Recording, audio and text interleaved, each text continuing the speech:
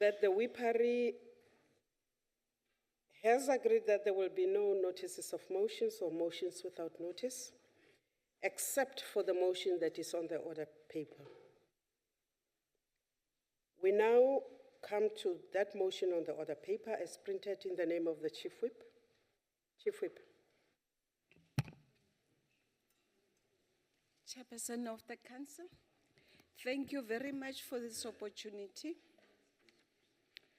I hereby move that notwithstanding Rule 247, subsection 1, which provides that a sitting of the Council will be dedicated for oral questions, the Council considers the report of Select Committee on Finance. I move accordingly, Chair. Thank you. Thank you, ma'am. There is no speakers list. I shall now put the question. And the question is that this motion be agreed to. As the decision is dealt with in terms of Section 65 of the Constitution, I shall first ascertain whether all delegation heads are present in the chamber.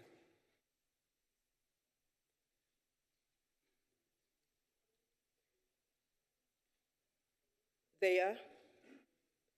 We shall then proceed in accordance to Rule 71. I shall allow all provinces the opportunity to make their declarations before they vote, if they so wish. Does any province wish to make a declaration? None. Thank you very much. We shall now proceed to the voting on the question, and I shall do this in alphabetical order per province. Heads of delegation will vote by pressing in favor, against, or abstain buttons. I shall now proceed to call on the provinces to vote. The Eastern Cape.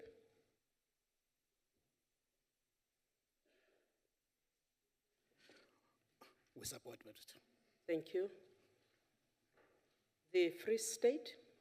The Free State support. Thank you very much. Gauteng. Thank you, Chair. Gauteng supports. KwaZulu-Natal. KwaZulu-Natal support the motions. Limpopo. Limpopo supports. Mpumalanga. Mpumalanga support. The Northern Cape. The Northern Cape supports. The Northwest. The Northwest. Northwest agrees, Chair. Thank you. The Western Cape. Against.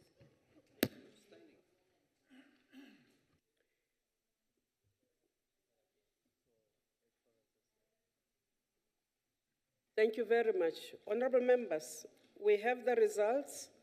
8 provinces are in favor, 1 province is against. So the motion has been carried in terms of Section 65 of the Constitution. Order. I would like to proceed, honorable members, to welcome the Deputy President to this session of his answering of the questions from this honorable House. We shall now proceed to put the first question as printed in our question paper to the Deputy President. Deputy President.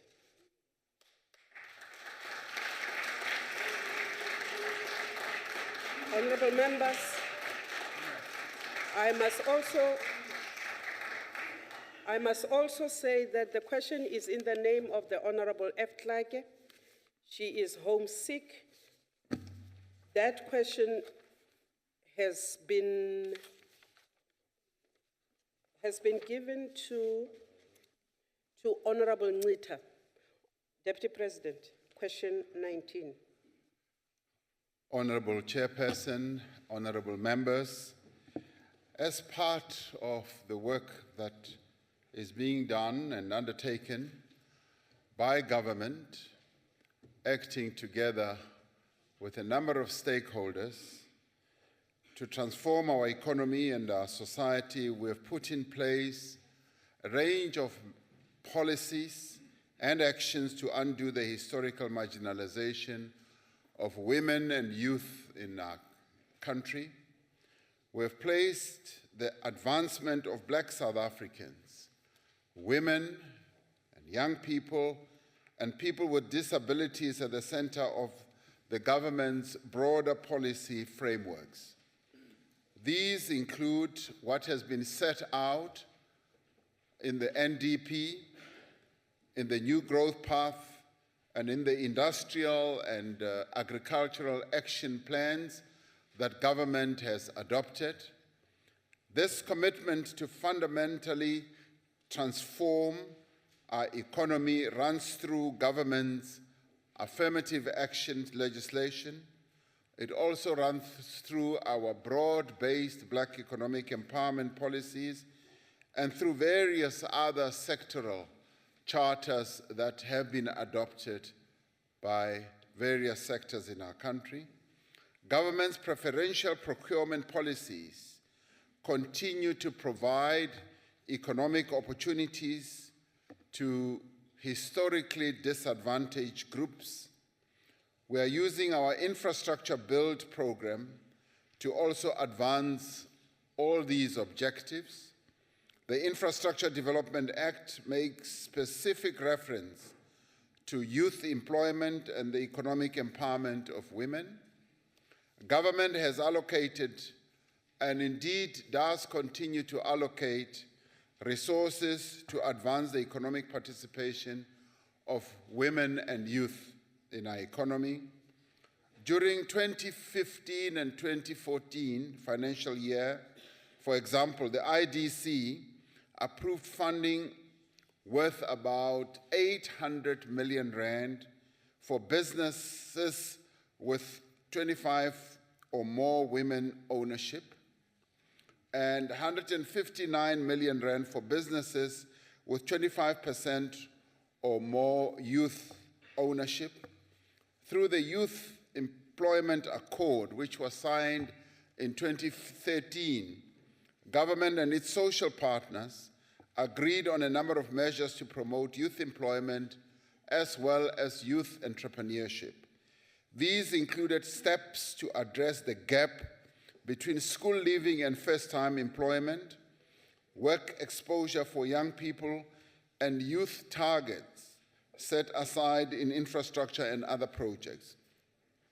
The employment tax incentive scheme that was introduced to encourage the private sector to do more to draw young people has also made a contribution in this regard.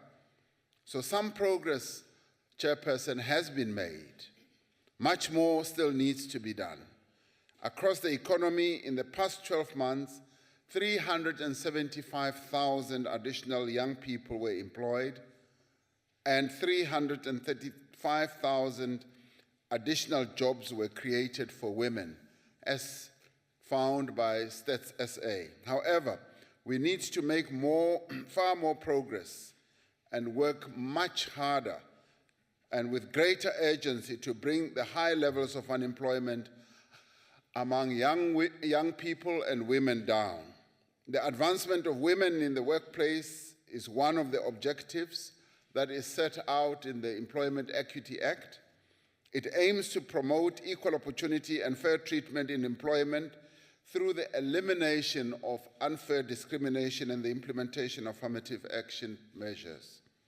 We will continue, therefore, to scale up all these actions, all these measures that contribute most effectively in ensuring that women and young people can take their rightful place in the economic transformation of our country. This government is seeking to do as much as it can to advance the cause of women and young people in our economy, and as we move ahead, we will be getting more and more young people and women to play a key role in the economy of our country. Thank you, Madam Chair. Honorable Nita. Thank you very much, Chairperson. I would like to ask a question from the Deputy President. First, appreciate the response, which is well articulated. I would like to know, how does the recent launch of the War on Leaks project in Nelson Mandela Metropolitan Municipality, which was launched by the President, contributed in the efforts for the economic empowerment of youth and women in South Africa? And again, I would like to know, how does the informal sector contribute towards the government efforts for the economic empowerment of the poor and disadvantaged in our communities? Thank you. Deputy President. Thank you, Chairperson. Starting off with the last question, the informal sector in our country plays a critical role in the economy of our country. A lot of money is exchanged at the informal sector level as people get involved in those small businesses where trade takes place, where exchange of money for goods takes place, and where services are also given for money. Now, this informal sector has been in existence for many, many years. And what we want to see is how people who are active in the informal sector can be helped and assisted to get more and more into the formal sector. And a number of towns, municipalities in our country are setting up well-built and well-serviced malls, small malls for informal trading, to enable them to play a critical role. And as I have gone around the country, this is what I have seen and admired greatly, as those municipalities and metros are creating hubs for informal business people to play a role in trading and in conducting their own businesses. And some of them do finally migrate to start running more serious businesses as they are given infrastructure. And the more infrastructure that we build in our towns, the more the informal traders will be able to have a possibility to grow their businesses. And indeed, the regulatory framework also needs to be more favorable to them so that it does not impede the running of their businesses. When it comes to the first question, the contribution that the war on leaks has made in the Nelson Mandela Bay area, when the president went to see how this is happening and when he launched this, we found that there was a lot of participation from young people, and this is a ready army of young people which can be raised right across the country to do a lot of work on stopping the leakages. And one could say this could well be our water revolution, because we lose a lot of water through leaks. And the more we train young people, the more we will be able to save the water, a scarce resource in our country, more effectively. I first saw this in the Northwest Province when I went to Matlosane, and I saw how young people are being trained as plumbers, and they were being trained in their hundreds. And training of young people in this regard gives them something to do, gives them respect, and can lead them to doing something more effective for the country. So this is an important project that we need to pay attention to, and one would like to see it being rolled out in as many municipalities and areas as we possibly can. And now that we are also rolling out more effectively water, even in rural areas, this is a necessary task that needs to be undertaken, because it's all very well to put taps with running water, but if those taps break down, you need people who will maintain them and repair them. So this is a very good project. Thank you very much. Thank you, Deputy President. The Honorable Julius. Thank you, Chairperson. Honorable Deputy President, this question refers only to the empowerment of women and children, and it excludes another vulnerable part of our society, people living with disabilities. Now, I'm very glad that you touched on it. I think our thinking is alike in that fashion, seeing that we are heading for Disabilities Month, people with disabilities now. The Deputy President can shift to me. Now, Deputy President, the government set a target of 2% employment equity for employable people with disabilities in the public service.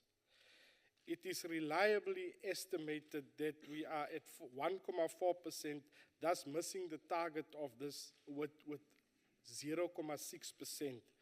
What are the reasons for not achieving this target, and what are the plans to achieve this target concerning employable people with disabilities in the public service? Thank you, Chair. Deputy President. I'm pleased to hear that your thinking has migrated to my thinking, and as far as this matter is concerned. So there is quite a bit of progress that we are making. Thank you very much.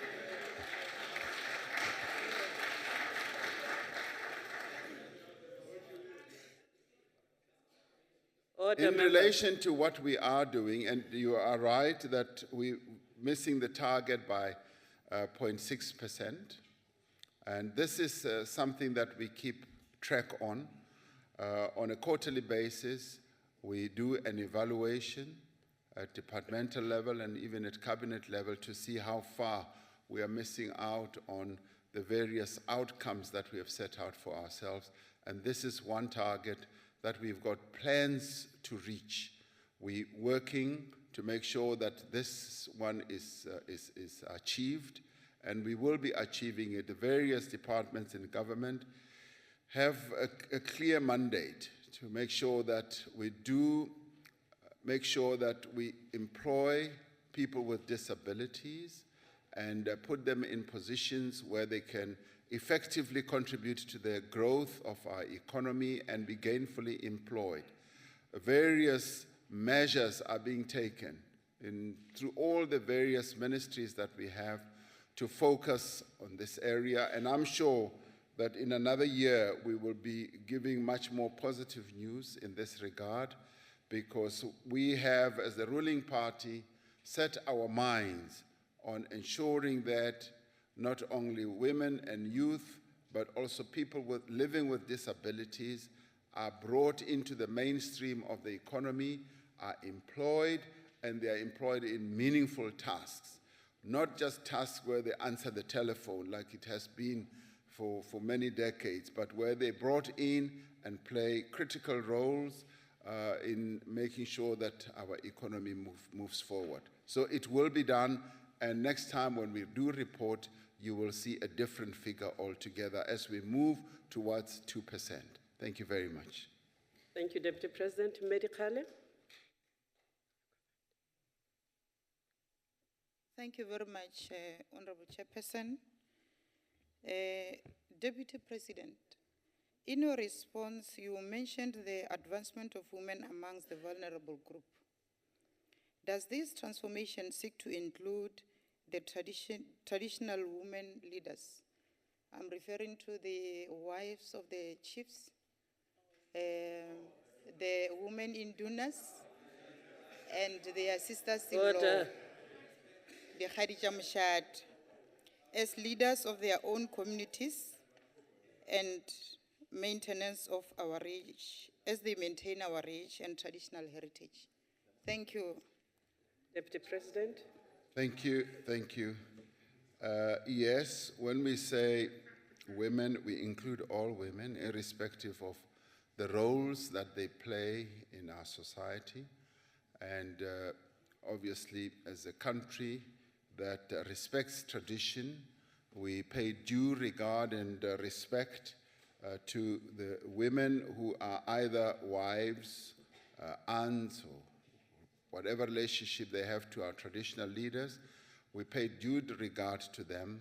So the empowerment process of women like that is all-encompassing. And we obviously would like to see them play a key role themselves, because in many ways they are role models. They are seen as women who are leaders in society. They are respected by many of our people. So if we have initiatives that are meant to empower women, we would like to see them not folding their arms.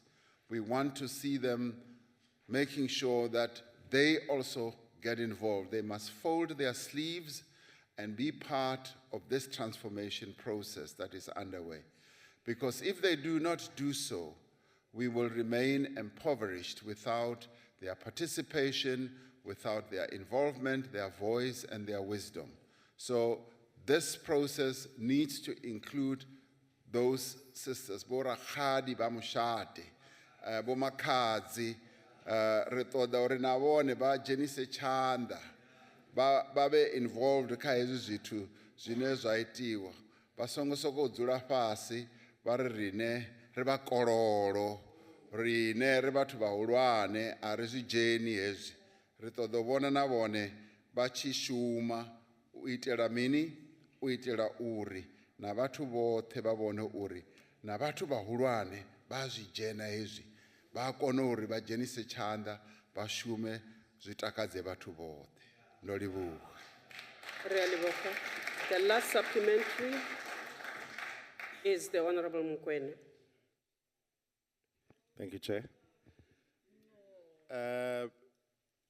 Honorable Deputy President, the Freedom Charter,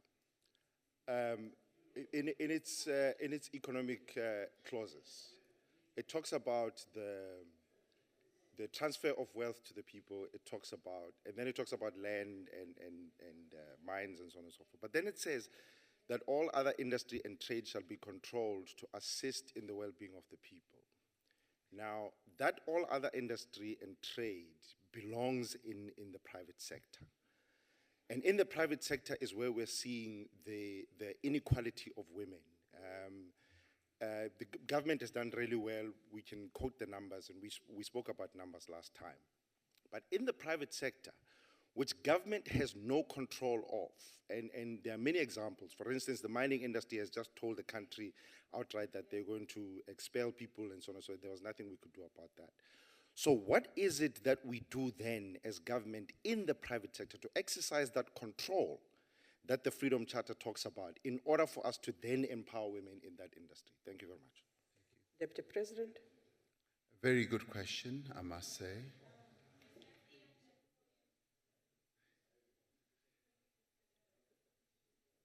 Clearly, the government is a regulator. Government is a regulator elected by the people of this country to play a key role in regulating the affairs and activity that takes place in the country. And one of those activities is in business, the running and the functioning of business. And government clearly passes a lot of laws and regulations at various levels of government, national, provincial, and local. And through these laws, government will seek to act in the interests of the majority of the people, or the people as a whole. And what our government has done is to then overlay other laws and regulations in addition to the various other laws, like licensing and what have you, but to prescribe that there shall be employment equity. For instance, if you are in the private sector, you are meant, as you employ people, to make sure that there is equity on a gender-based, at a gender-based level. There is also equity now in terms of making sure that you bring in disabled people or people living with disabilities, or you also bring in young people. Now, these are laws and regulations that are in place. They need to be enforced. It is, yes, at the enforcement level where we need to gain more traction. And we must admit that the gaining of traction is an ongoing process. Could never have passed the law to undo various conventions and practices of the past and hope that they will change overnight. So they are changing on a regular basis. For instance, the Department of Labor is in the process of strengthening its resolve in as far as making sure that employment equity is adhered to. I had occasion to meet the commissioners of the Employment Equity Commission, and who did say that they are seeing progress on an ongoing basis. It has not been easy because there's been quite a lot of resistance, particularly from the private sector, which has not seen it easy to adhere to the new dispensation that we now have in our country. So adherence and enforcement of employment equity provisions is something that needs to be speeded up. We need to deepen it, we need to broaden it, and that is going to be improving on an ongoing basis. And similarly, the employment of people with disabilities, even in government, we have reported that we have not reached that 2% level that we wanted, but we are in the process of doing so. We are going to reach that target. And when it comes to youth unemployment as well, we're encouraging the private sector to take on a number of young people, as many young people as possible, into internships, into learnerships. And this is a process through which we need to be encouraging everyone who is a role player in our economy to do something.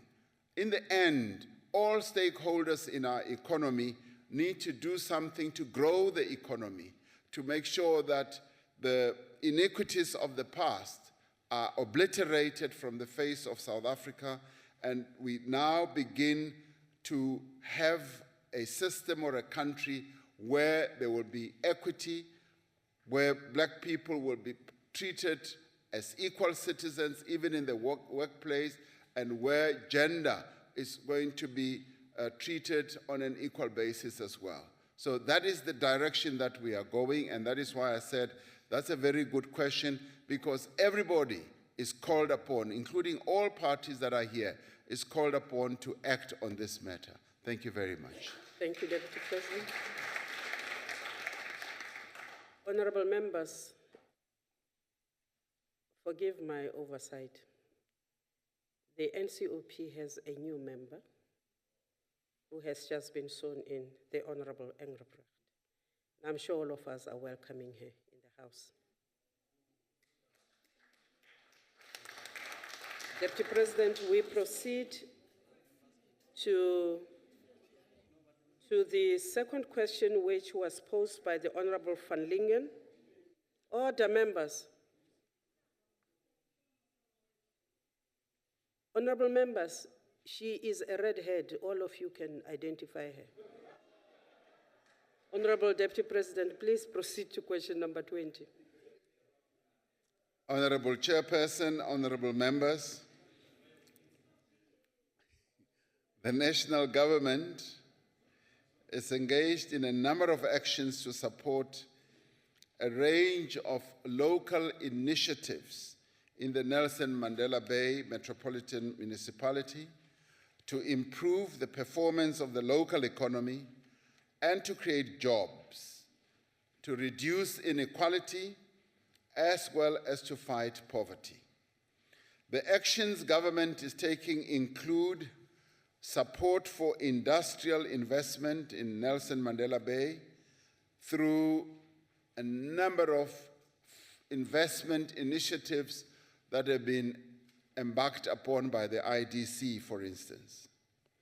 Over time, the IDC has invested more than 4 billion rand in the area, covering projects that produce, among other things, renewable energy components, steel products, dairy products, clothing and textiles, bags, pharmaceuticals, electronic products, and motor vehicle components. Government also provides support through industrial initiatives to the auto sector, which continues to be important to the economy of the metro and surrounding areas. These include incentives provided through government support of manganese from the port of Ngqura and the manufacture of train wagons at the Utenage factory of Transnet Rail Engineering. government will continue to provide industrial financing to boost economic activity at the Ngqura Industrial Development Zone and other economic nodes in the Nelson Mandela Metro, focusing on empowerment and especially also focusing on the development of black industrialists. Because of their size and strategic location, metros like Nelson Mandela Bay are expected to lead in economic development. They are also expected to lead in job creation. They can achieve economies of scale. They can also achieve increased productivity and greater market opportunities. Market opportunities that can be all-encompassing and involve a lot of our people in meaningful economic activity. A metro like the Nelson Mandela Bay is therefore critical to the implementation of the National Development Plan and the achievement of our goals to eliminate poverty, to reduce inequality and unemployment. These metros, and we've got quite a few of them, are critical nodes to the economic development of our country, and they need support. They need to be given all the assistance they can, because in those metros, many of our people live, and we need to make sure that they get economically engaged and involved. And therefore, these metros are key. And this is what the government is continuing to do, focusing on empowering all these metros to make sure that they live up to what a proper metro should be doing, which is become an economic engine of the area where they are located. And this is what we are seeking to do in the Nelson Mandela Bay metro area. Thank you very much. Thank you, Deputy President. The Honorable van Lingen has stepped out. I am instructed that in her absence, the Honorable Athol Trollip will place the supplementary. The Honorable Trollip. Honorable Chairperson, Honorable Deputy President, despite your response of metros being responsible for leading economic growth and implementing the NDP, the high and rising unemployment in the Eastern Cape continues to plague the future opportunities of especially young job seekers in this province. The recent increase in unemployment in the third quarter of this year from 29.1% to 29.2% has meant 4,000 more households without income in the Nelson Mandela Bay Metro. The Nelson Mandela Bay Metro is the highest unemployment rate of all metros in South Africa at 34.3%, and the highest unemployment rate of all metros at 47%. These figures are not only a cause of grave concern for what is supposed to be the economic engine room, in your words, and also a critical economic growth node of the province, they are also directly due to the leadership instability in this metro, with 6 mayors and 6 municipal managers in the past 15 years.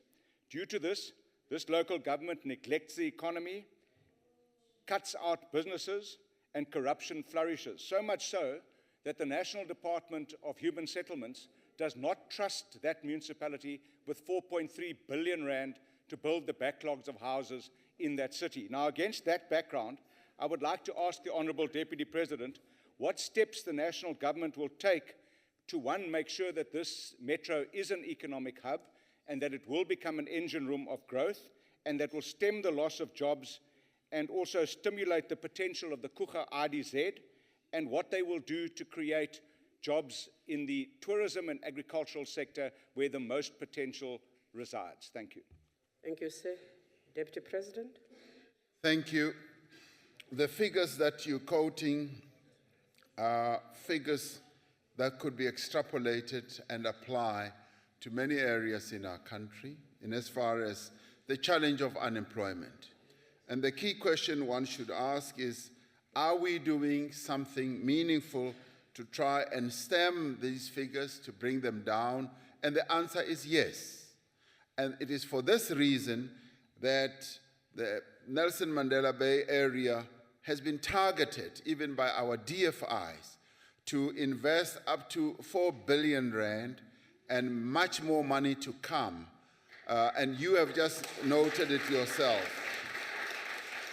You've just noted it yourself, 4.3 billion rand in housing, where we are going to be able to roll out housing.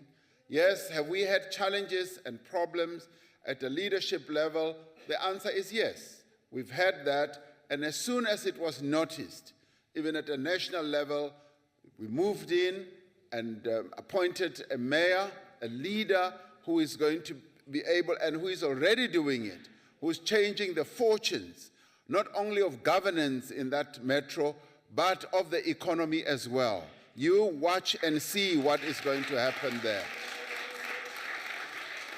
Sit back and watch and see, or participate in being part of this growth process that you are going to see unfolding with your own 2 eyes. You are going to see changes that are going to happen at Nelson Mandela Bay. And if there ever was a metro that we are really excited about at national level, it is the Nelson Mandela Bay Metro, because change is coming there, and you will see it. Thank you, Madam Chair. Thank you, Deputy President. The Honorable Kaula. Thank you, Honorable Chairperson. Excellency, Deputy President, sawubona baba. Order. Ngiyajabula ukukubona, Order. ngiyathokoza. Honorable Kaula is being drowned. Ngithi ngiyathokoza mhlonishwa ukuthi unathi.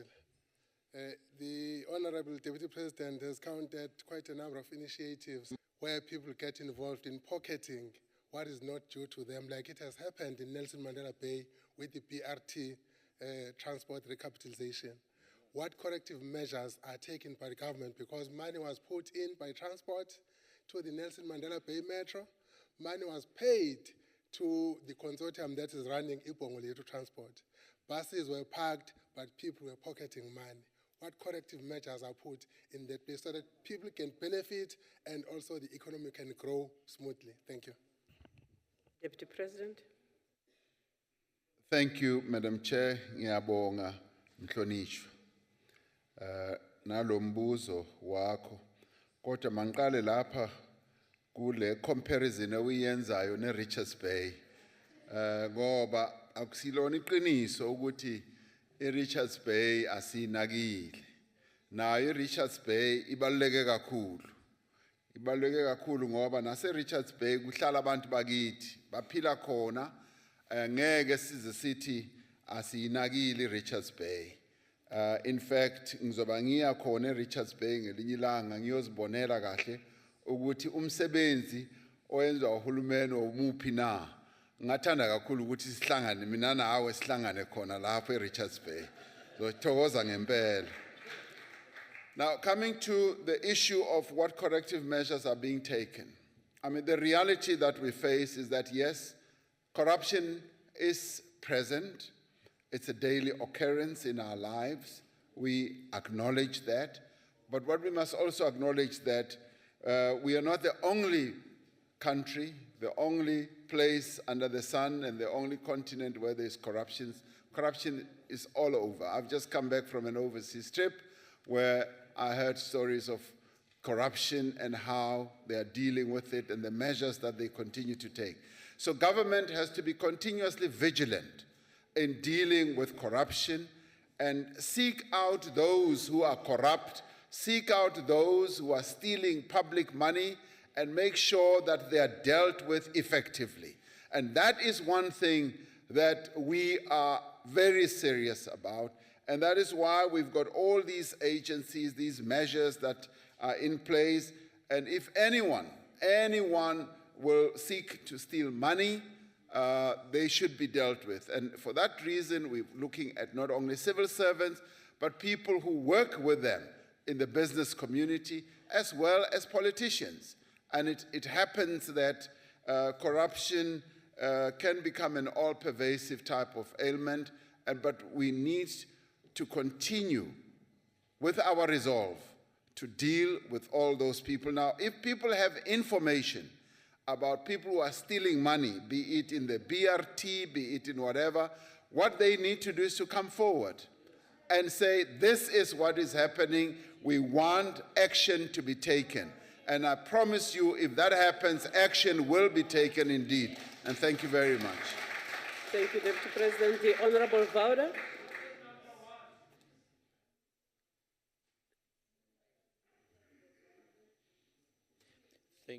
Thank you very much, Honorable Chair. Please allow me to greet everyone, including the Deputy President, with Assalamu alaikum. Over 140 billion rands was anticipated as investments in the Kucha Industrial Development Zone since 2000. This has not materialized.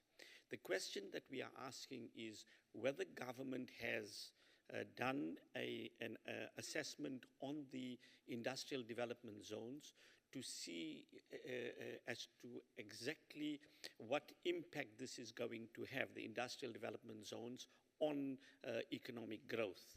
And also, what is it that is preventing the IDZs at present from contributing meaningfully towards job creation, economic growth and job creation? Thank you, Chair. The Deputy President. Thank you, Madam Chair. Industrial development zones are a growing concept throughout the world, I have found. And similarly in our country as well, as we move forward with our own transformation, I am finding that this is an area of economic activity which we can utilize as a node to grow our economy. And the Ngucha one is a very good example. It's a very good example. And the Richards Bay one is another one. And we are now going to be rolling out more of these IDZs because we have realized that they have great potential because they can act as an investment magnet, which can attract people or investors to come and invest and pour their money in either in infrastructure or building up capacity, be it logistics and what have you. And that is what is beginning to pick up. Now, this 140 billion that you're talking about was never going to happen in one day. But it is in the process, and it is in the planning. And the Ngucha development zone in the past was seen as a non-starter. But I promise you now, it is getting off the ground, and it is going to start galloping. Because if you work on the principle that you build it and they will come, this is precisely what is happening. We've got a number of foreign investors who are looking at that development zone with great interest. They want to utilize it as a platform to invest in South Africa, as well as to use it as a manufacturing base. And it is well positioned. It's well positioned near another important node that we are talking about, the Nelson Mandela Bay. And therefore, it has great advantages which are going to unfold and attract a great deal of investment. Now, if you ever wanted to attract foreign investment, this I have found in my few travels around, I found that IDZs are one of your best ways of making your country more attractive, of putting a bit of a shine on your country, because through this type of initiative, investors see that you're going to help them with certain incentives, you're going to support them, you're going to put in infrastructure in a focused manner, which is what IDZs are all about. Infrastructure is just poured in, electricity, roads, water, and communications, be they broadband and what have you. And once it is built, it just takes off like a rocket. And we are going to see a rocket taking off with Ngucha, but with a whole lot of others. Have faith, and you will see what is going to happen there. The Honorable Essak.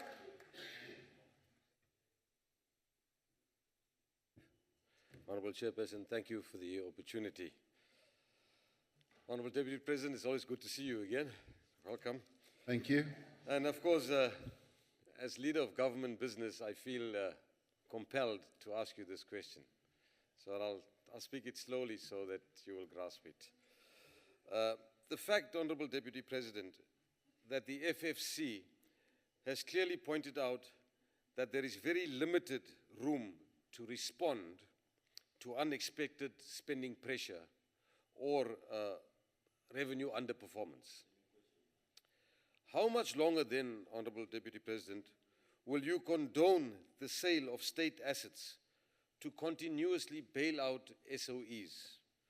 Whilst, of course, with your experience in business, you will full well realize, Deputy President, the implications of our contingency reserves having dwindled to a level which is just not acceptable for South Africa. And I'd appreciate just an honest and sincere reply. Thank you. Honorable Isak, Thank you, Honorable Chair. that is not a supplementary question. That is a completely new question. Yes, it does. It does not flow from the response of the Deputy President to the principal question as posed by the Honorable Van Lingen. Please. That is a completely new question. The Honorable Labuskaghni, you've got the last. Thank you very much, Chair. Honorable Deputy President, in reference to your comment on corruption that has been worldwide and the sincereness and the commitment of this government to curb that and to erase that, will you, as in your position of leader of government business, be prepared to publish a report for the nation or the residents of this country to make known what is how many actions and has been taken against people and departments and businesses, and what is the monetary value of that has been done? Because whenever we're talking about this, government is giving us the assurance that we're doing something, but the people of this country don't see the evidence of what is being done. Thank you. Deputy President. Thank you. Yes, a lot is being done in terms of taking action against people who seek to defraud or who indeed do defraud the state in one way or another. And clearly, some of this does filter into the public arena. It is reported, as far as I recall, in the media, how people have either been arrested and been dealt with. Now, what you are saying is publish this in a sort of composite report and say, this is what has been done, and this is the monetary value that has either been recovered or that was involved. I'd like to think about that, if you will allow me.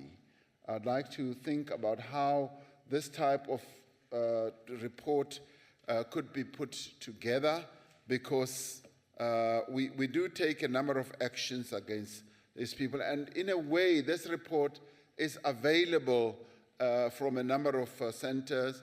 If we go through various measures that are being taken, we will find that there is quite a lot of evidence. But what you are asking for is a composite report. With your kind permission, Madam Chair, I would like to think about it and look at the feasibility of doing so. Thank you very much. Thank you, Deputy President. Honorable members, we move to the question which was posed by the Honorable Dlamini to the Deputy President.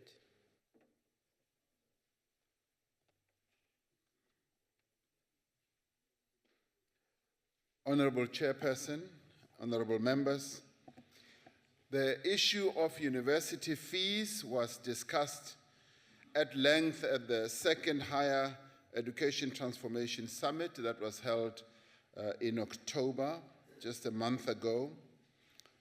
And I happened to be asked to open that summit, which I did.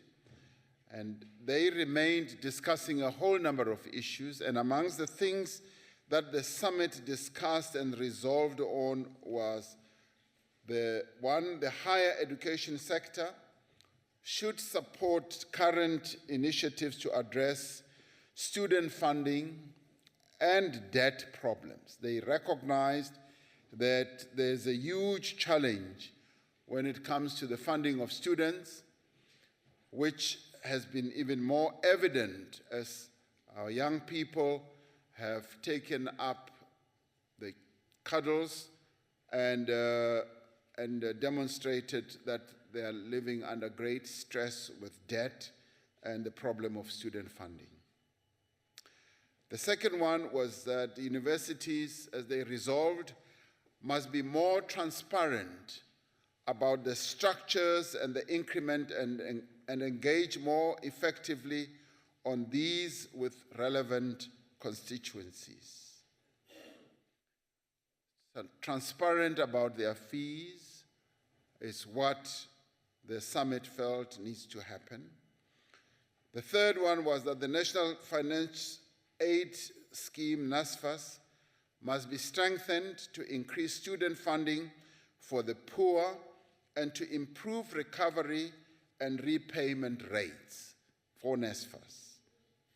Fourthly, all stakeholders in higher education, including government and the private sector, must work together to increase the funding allocated to universities. Now, this one is very important because it calls upon the key stakeholders in our economy, in our country, to work together to increase the funding allocated to universities.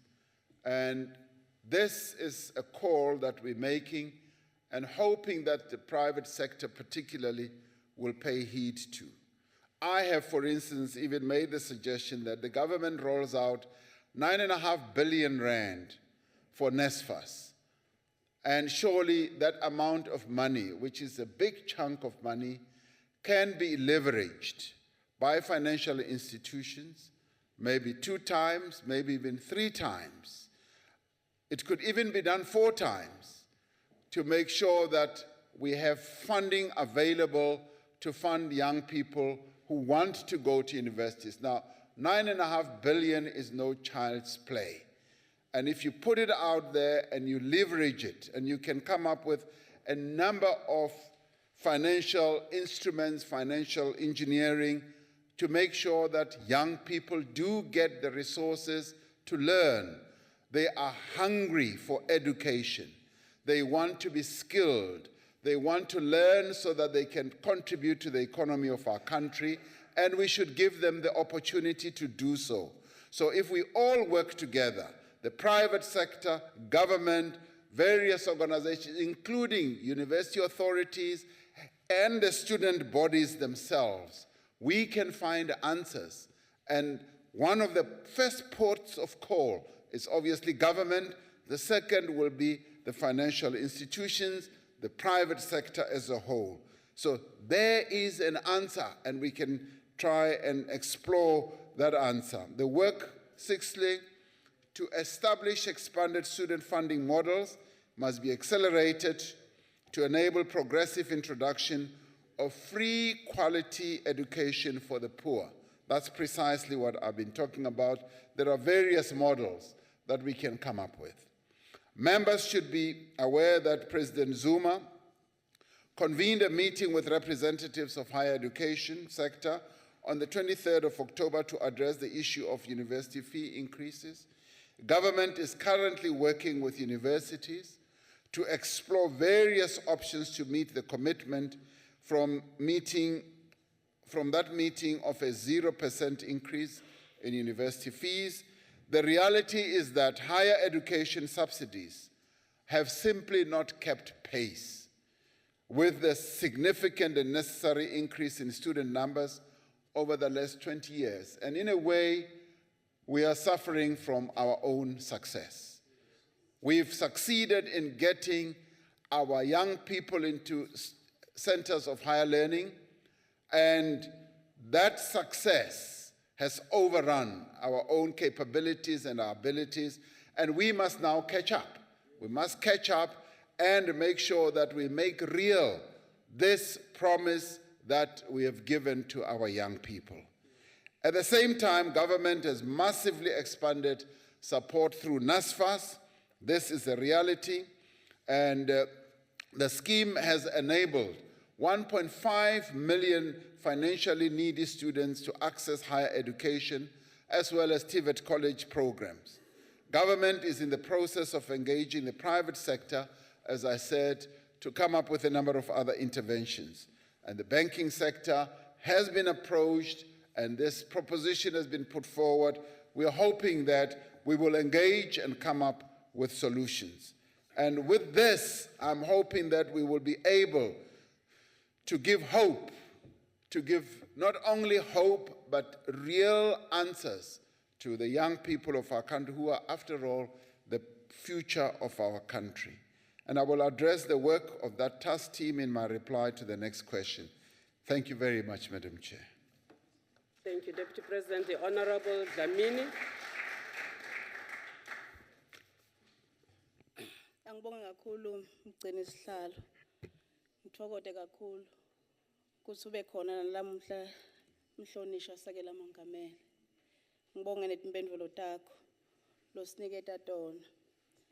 My follow-up question will be that in engaging the private sector, as you are correctly saying, has the government explored the possibility of consolidating all bursaries that government is giving in all departments at national level, provincial governments at municipal level, including the SOEs, so that when you engage a private sector, you're talking with the realistic figure that government is contributing towards the bursary, not only NSFAS, but also in the government intervention, does it going to consider those who are already owing the universities? Because some of them are not able during the following year because of the debt that they have with the universities. Thank you, Honorable Chair. Mr. President. Thank you, Honorable Chair. Ngiyabonga, Ma'am.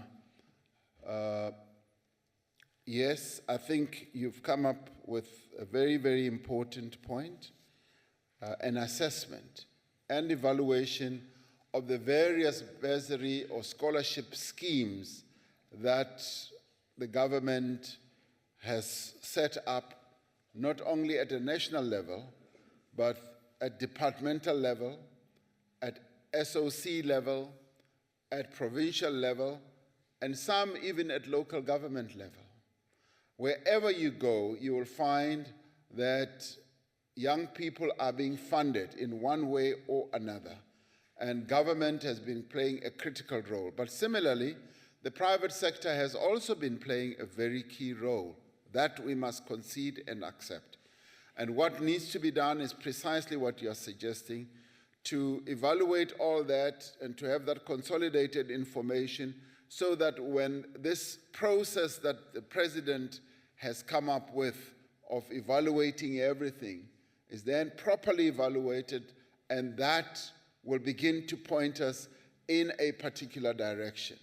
And I think it is possible for us to come up with answers, including the answers of the debts that young people have, where they have not been able to pay and therefore they don't get their results, even if they may have performed well. And that also must be factored in to the whole process. And in the end, I think we should be grateful. We should be grateful that the young people of our country have taken this issue up in the way they have, in a very disciplined way, in a very orderly, mainly orderly way, and have brought it to the national attention or to the national agenda. That we've got to be grateful for. And what we should now do is to support their effort to find solutions. But this time we must work with them. We must work together collectively and begin the process of finding answers. Answers that will lead us in the direction of making their education more meaningful so that it's not a burden on themselves as well as on their families, so that we educate them in an atmosphere where they will feel that they are not carrying a burden of uncertainty of where money is going to come from. So as we put our heads together, I am certain we are going to come up with really good answers. This is a moment we should never lose. This is a moment that should unleash energy, intellectual energy, real creative energy to put our young people on a firm footing of learning and going forward to the future with a great deal of confidence. I am certain we will get there. Thank you very much. The Honorable Yankelson. Thank you, Honorable Deputy, Honorable Chairperson. I think what's very important from the Deputy President's reply is the acknowledgement that subsidies have not kept pace with the demands of on universities. And this acknowledgement and lack of support by government in fact takes us to the core of the problem in our higher education. Now, if students are to benefit from the interventions that government wants to take and that come out of the summit, which the Deputy President mentioned, then we have to ensure that universities continue to supply quality tuition, good research, and meaningful community service.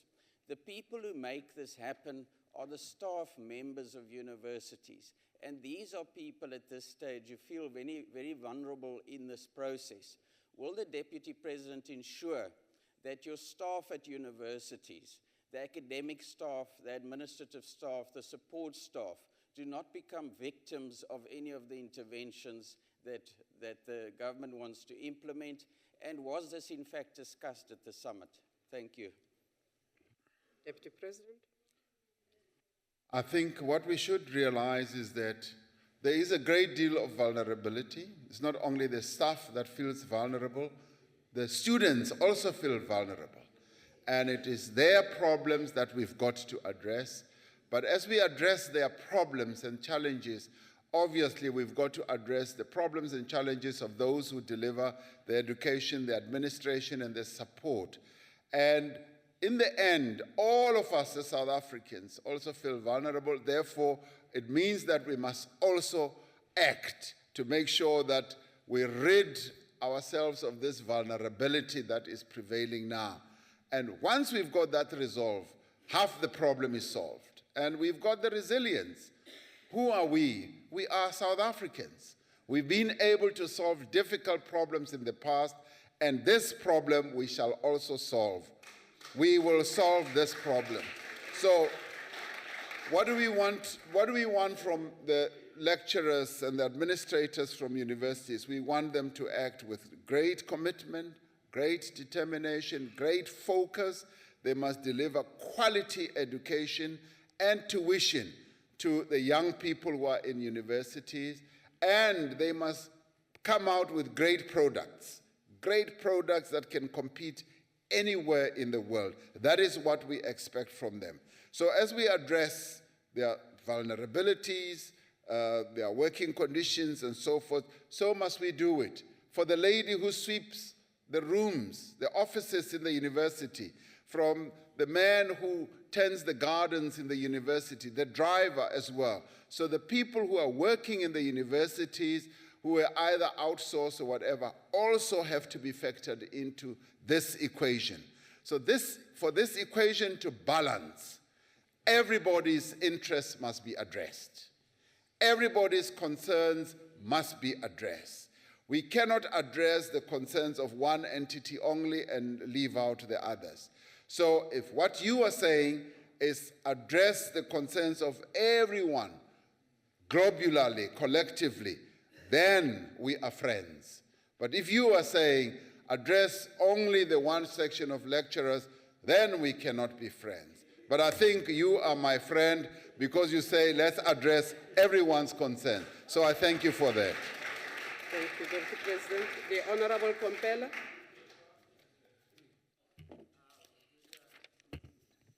Thank you, Honorable Deputy President.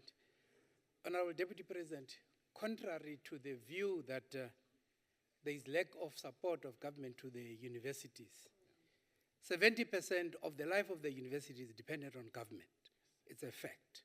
But Deputy President, what is government doing in regulating the universities? Because the university and all the view that people hold is that government pumps money and turns its back and do nothing, and therefore everybody just do as he wishes. Deputy President. Well, once again, we must thank the students. We must thank the young people of our country. We really must thank them. And if there ever was a month that should be called the month of the youth or young people at higher education institutions, this is it. Maybe it will even be the year of the young people. Because by bringing this matter to the fore, they have also raised the issue of the autonomy of these universities. They are saying, address this issue. And in the past, university authorities have always said, this is a no-go area. They say, give us money, but don't ever bother to ask us how we spend the money, how we do this and that. Some of them even say, we are not even going to meet you to discuss this matter. So the young people have said, no, this is an area that you must also deal with and address. So that is why I say, this is a great moment in the life of our country, which will enable us, all of us, as society, as people of this country, to look at everything about higher education more introspectively. The minister is ready for it, the president is ready for it, and I'm saying the students are even more ready for it. And the people who are running universities must not be afraid. They must not feel that this is the holy grail. Don't go there. They must also be ready for it. Let us have an inclusive process where everyone in university education will be able to engage meaningfully and constructively and effectively in a process that will produce good answers for our universities when it comes to everything. So I think, let's say we are open for everything that needs to be looked at our universities. And after this, we should really have absolutely world-class universities that are going to hum with knowledge, with intellect, with creativity, great research, students who are committed, who are ready to learn, who are passing at a high rate, so that our children or students must not be told that they are non-performers. There's nothing wrong with our young people. There's everything that is right about them. They just want to be given the right opportunities, and this is the moment we can do so. The Honorable Ramulika.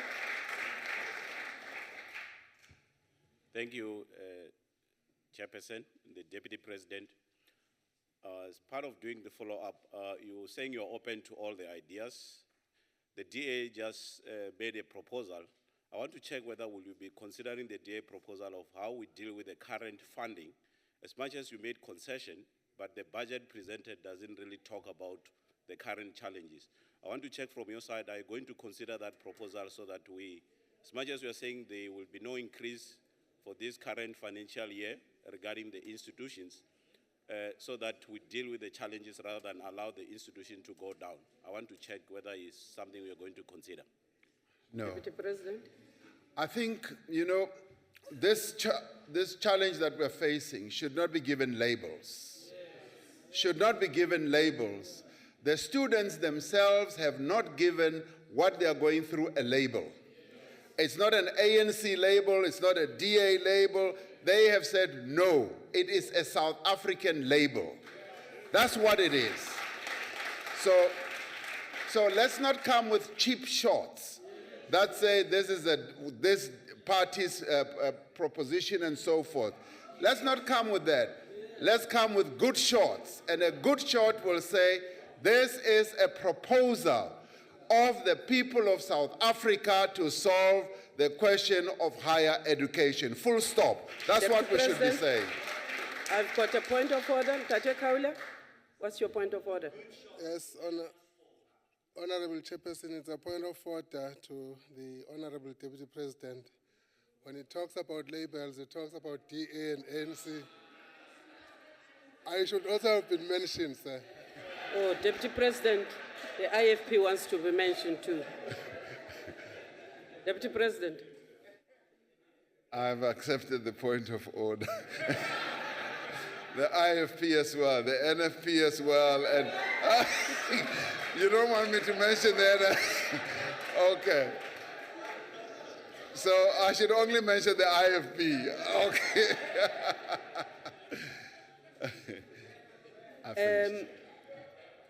Deputy President, that takes care of the question which was posed by Honorable Dlamini. We move on to the question number 22 posed by the Honorable Mukwili.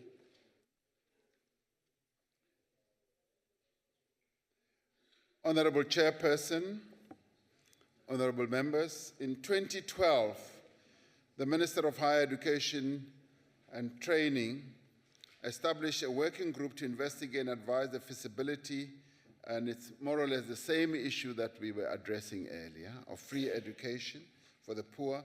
The working group was asked to determine, one, the actual cost of introducing fee-free university education for poor people in South Africa. Two, suggest a working definition of poor people in South Africa. Three, examine various models for providing fee-free higher education for poor people used elsewhere in the world. And four, contemplate all possible implications and consequences of having a fee-free higher education system for the poor. A copy of the report, I think, as most of us will have maybe looked at it, is on the website of the Department of Higher Education and Training. The working group agreed that a well-considered system of free university education for the poor would both increase access to higher education and improve its quality. The working group also concluded that free university education for the poor is feasible, but will require significant additional funding of both NSFAS and the university system. The report recommended that NSFAS should be strengthened to implement the scheme and that a policy dialogue should be put in place to discuss the parameters and develop regulations for implementation. This policy dialogue, comprising representatives of government, academic institutions, the students, and NSFAS, is identifying current projected funding challenges as we speak.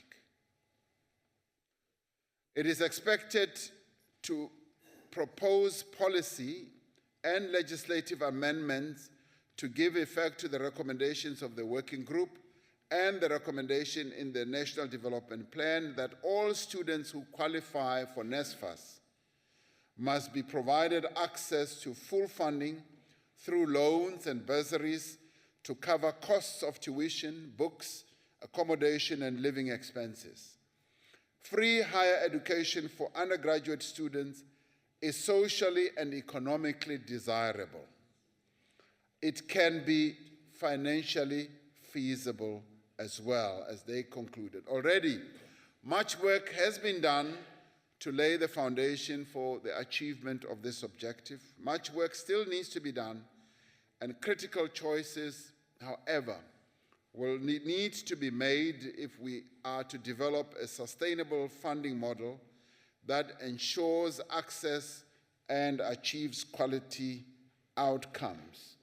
And it is precisely what I was talking about earlier, that it is when all sectors of our community are able, particularly key role players, are able to get together, that we will be able to find solutions for this very important, vexed question of providing fee-free university education for the poor young people of our country. And if we focus on that, we will then be able to be on the path of having a system of education that young people will have great confidence in, and that will be able to ensure that we can grow the economic prospects of our country. Thank you, Chairperson, Deputy Chairperson. Thank you very much, Deputy President. Honorable Makwele. Ke a leboga modulasetulo, ke a go leboga Motlatsamopresident. Ke lebogele le response ya gago, that you acknowledge gore we still need to do more. But what I can say to you, Honorable Deputy President, is that the Freedom Charter says education, especially higher education, will be open to all by means of... Thank you, Deputy Chairperson. As I read it, it was much more of a statement than a question. And it is pleasing to hear the EFF saying, we are here to support you. And we welcome the support. Thank you very much, Chairperson. Thank you very much. I noted you had your hand up first. Yes, you may continue. No, I have noted, I'm not recognizing you, Honorable Member. You may continue. No, thanks, Deputy Chair of the Council, Deputy President of the Republic of South Africa. The Polokwane Conference of the African National Congress reaffirmed what was said in 1955 in Kliptown in terms of education, that there shall be free education for the poor. That is the resolution of Polokwane of the ruling party, not for all. My question related to student fees, and is that the workers that are nurses, teachers, and all these the civil servants that we have in South Africa do not afford these exorbitant fees. Is government not in a position now, or looking into reviewing, Deputy President, the determination that it arrived at in terms of determination who is poor? Is there any view to review the 22,000 as a threshold that has been there for determination of a person who is poor? Thank you. President. Thank you, Deputy Chairperson. As you heard, the working group identified a number of areas or issues that need to be addressed. And one of those, in seeking to give credence to this concept and notion of fee-free university education to the poor, it looked at what we will need to look at is what constitutes a poor person. And that needs to be looked at, what the criteria is going to be. That is a vexed question that we need to look at. When you look at it just, in a pictorial way, you can arrive at some definition of what that constitutes.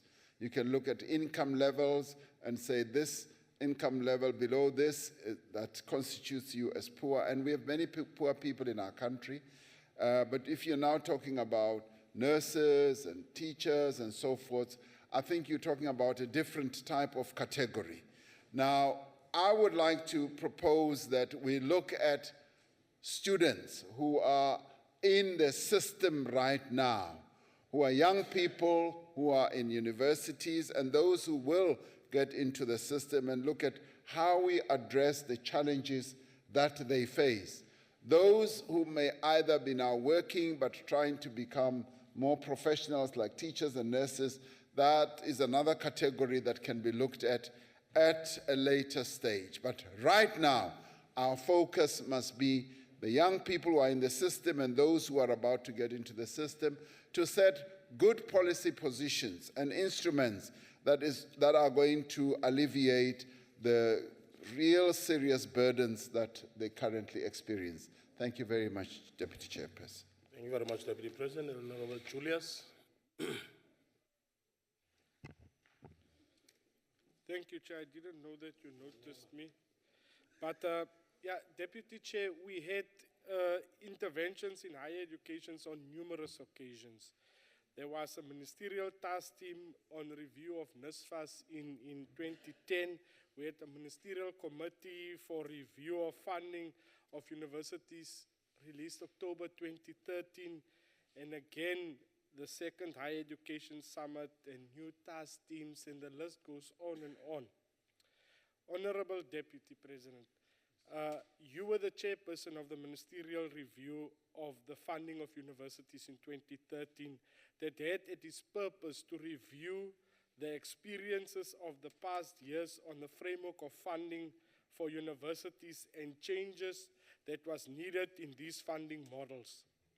The committee had to look at transformational goals according to the Education White Paper of 1997, the National Plan for Higher Education 2001. In addition, this committee had to analyze shortfalls that occurred in the resourcing of universities. So this thing has been going on. It's not a new thing. But I want to know, what were the findings of the 2013 ministerial task team, and was it implemented or not? What will be different now in our new interventions? Thank you, Chair. Deputy President, I don't know whether if you picked it up, because now you are being referred to an outcome of a report, which is not relevant to the question. However, I don't know whether if it would be fair. Honorable Members, order. Order. Reference is made to a report, a specific report, for which the Deputy President is expected to respond to. Whereas here we are dealing with a specific question. Deputy President. I'm happy to say the following, that the moment that we are at now, as I said, and without repeating myself, is a new dawn moment. A moment that we should not lose to address these key issues. If there ever was a time when we need to act, this is the time now. We've done a lot of analyses, we've done a lot of other processes. What the President is considering is to get us to put everything together, to come up with a solution that is going to be all-encompassing to address the key problems that the education sector faces. Now, the students themselves have already highlighted the key issues. For instance, the report that you referred to, which I was asked to participate in as chair, the Interministerial Committee, it looked at the funding of universities. The other one, earlier one, looked at NSFAS, and other task teams looked at other processes. The students themselves have already set the agenda. They say, we want you to look at everything. Don't look at things in a piecemeal fashion. Look at everything, including the autonomy of universities, including the insourcing of services at universities, our accommodation, our fee structure, our fees, whether we should pay a registration fee or not. They are saying, look at everything. Now, this is a moment that we should not dismiss. It's a moment that we should all utilize to address all these issues in totality. So you've never had a moment like this. It's almost a new dawn, a new moment, which will yield even better answers. And will it take into account the work that has been done in the past? Yes, it has to. It must look at that. Will it be an inclusive process? Yes, it must be an inclusive process. And I would say it should also include the portfolio committee that deals with education in Parliament. It should include members of Parliament. It should include various other stakeholders, the youth themselves, and business and government departments. So let us not pour cold water on this moment. It's a new dawn. Let us utilize it effectively. Thank you, Deputy Chairperson. Thank you very much, Honorable Kyla. And unfortunately, will be the last one. Thank you, Deputy President. Sekala Mongameli, indawo yokuqala masivumbana ininti into eyenziwe ngurhulumente. But ininti nento efunwa ngabantu. Sinoyibaleka loo nto leyo. Now, I'm also struggling to emva kuba follow. kwenzeke le nto leyo mandikulungiselele. Emva kuba kwenzeke le nto lena yabantwana kuye kwavela ingxoxo ezininji. Ezinye ziphuma komathotholo iradio. Ezinye ziphuma ezindabeni. Ndike ndayifunda enye ku-News 24 we Anetjikroge sithi ngaba masenze ntoni na singabantu balapha. But ebalekileyo ebendiyiphulephule Monday on SAFM. Apho bekhuya amadoda amadala e-ANC. Professor Ben Turek was one of them. And some unions even phoned in.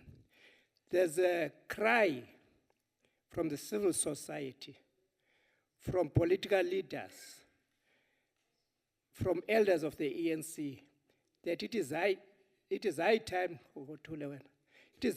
that we call an economic Indaba to address the economy alaba, because what they are then saying is that places that have free education, it's not only the government that funds, but also the private sector. But then that cannot happen unless we address the economy of this country, which is one-sided. Are you prepared to support that cry that we must have an economic CODESA to address our problems in this country? Because these problems will always be with us. I thank you.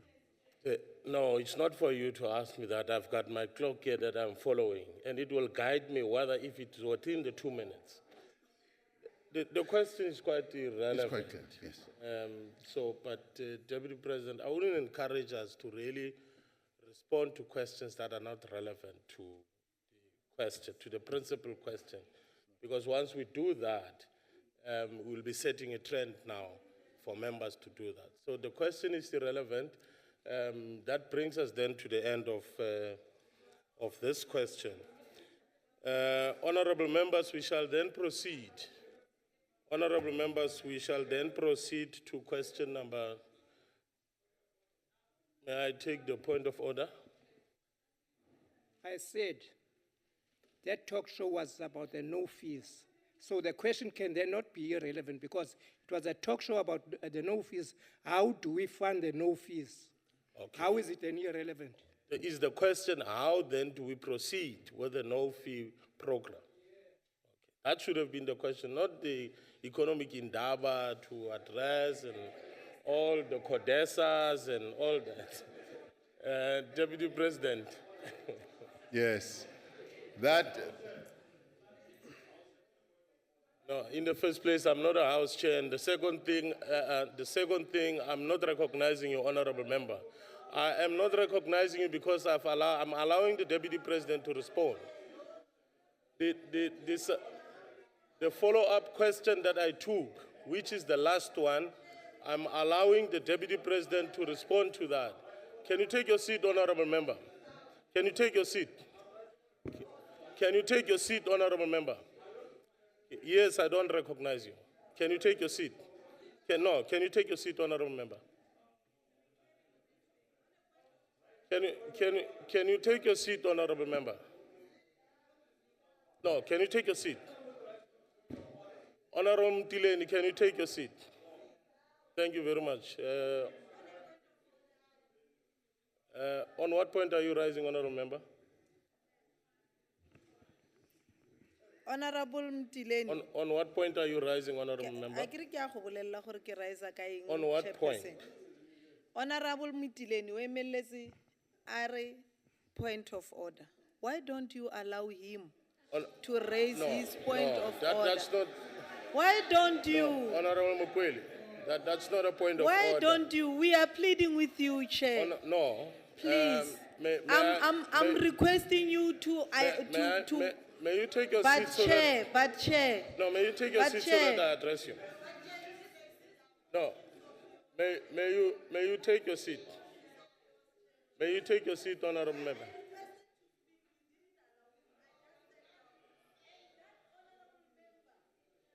Honorable Member.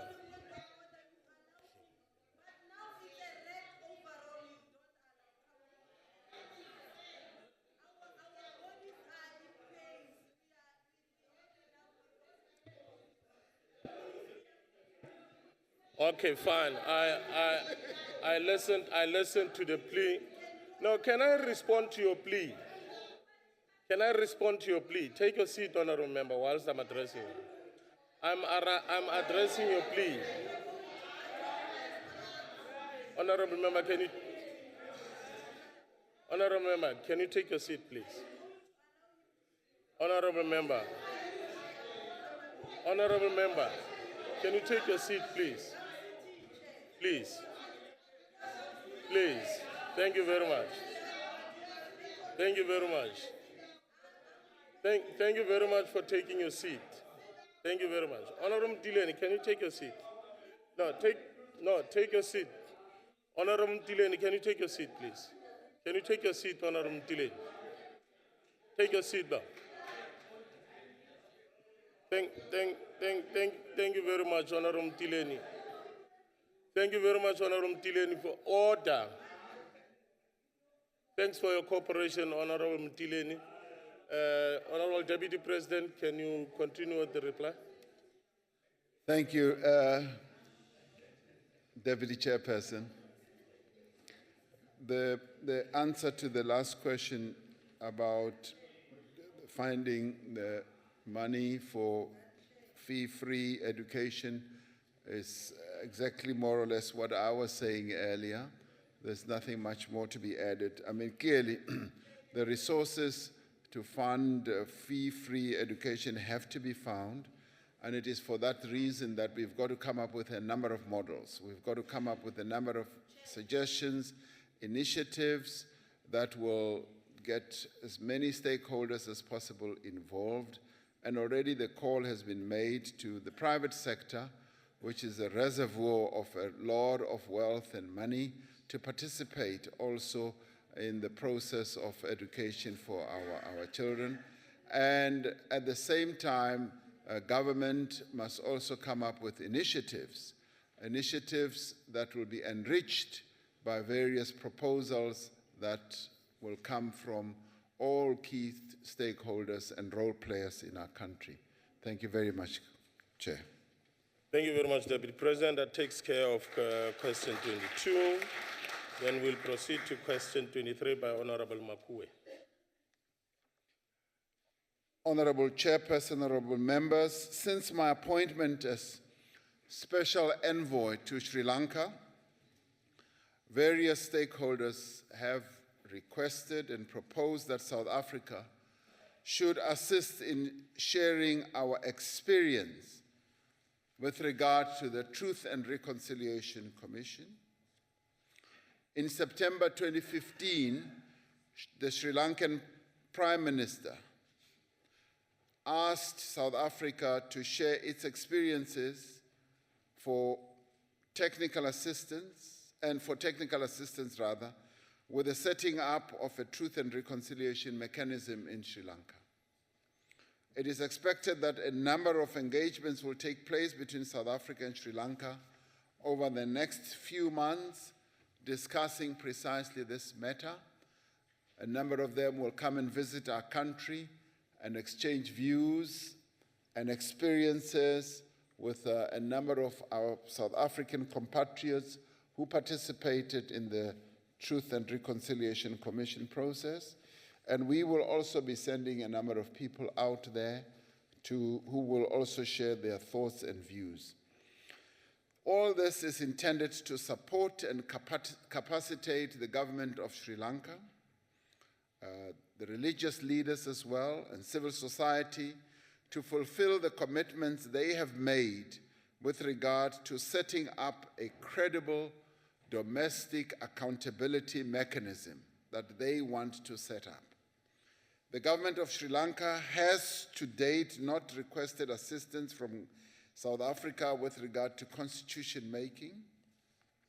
South Africa's involvement in conflict resolution on our continent is undertaken in line with the African Peace and Security Architecture, which was established by the African Union to address the challenges of peace and security on the continent, and ultimately work towards post-conflict reconstruction and development. Our participation includes a number of interventions, diplomatic, mediation, fact-finding missions by eminent South Africans, and promoting dialogue and negotiations. We have been involved in such initiatives in Burundi, in the Democratic Republic of the Congo, in Madagascar, in Zimbabwe, in South Sudan, Cote d'Ivoire, and more recently in Lesotho. South Africa is involved in capacity building in the area of mediation and hosts what we call post-conflict reconstruction and development courses for participants from elsewhere on the continent. We are convinced that after peace talks, reconstruction and development is something that needs to be the order of the day in affected countries. And that is often the only way to ensure that those countries do not lapse into conflict once again. In support of post-conflict reconstruction and development, South Africa has deployed troops in various United Nations peace missions on the continent, including in Darfur, in South Sudan, and the DRC. And institutions like SADC, Parliamentary Forum, and the Pan-African Parliament have a critical role to play in advancing these efforts, and it is important that our representatives in those structures work deliberately to pursue the objectives that we have as a country. The challenges we face in these endeavors and the resources we use in fulfilling these mandates are worth the effort if they contribute to the restoration and maintenance of peace and stability throughout the continent. This is a worthy cause for us to be involved in, and as South Africans, we should really be proud that we are called upon as a nation, as a government, and as a people to participate in this very important work of helping as many countries as we possibly can to reach out for peace, to achieve the achievements that we've also achieved when we ended the apartheid conflict. Mr. Chairperson, I thank you. Thank you very much, Deputy President.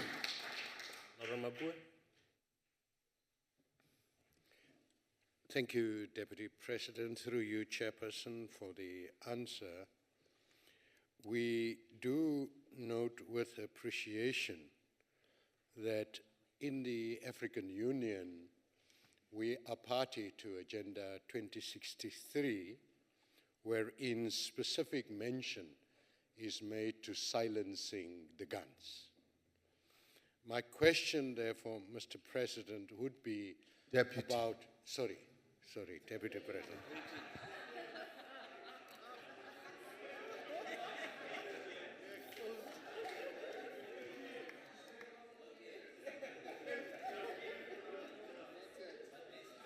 Thank you. Thank you, Deputy President. The brave, very brave South African women that we have serving in the South African National Defense Force, working with other troops from the United Nations, are the ones that are on the ground, bringing that peace. To what extent are we able to say to the families of these brave men and women that we will not put their lives at risk? The second part of the question, Deputy President, is when we look at the years that have passed since our democracy, would you say that South Africa has given substance to the AU approach of using African solutions to find problems for Africa, rather than other parts of the world where we find that conflicts are resolved by bombing certain cities? Thank you, Chairperson. Thank you, Deputy Chairperson.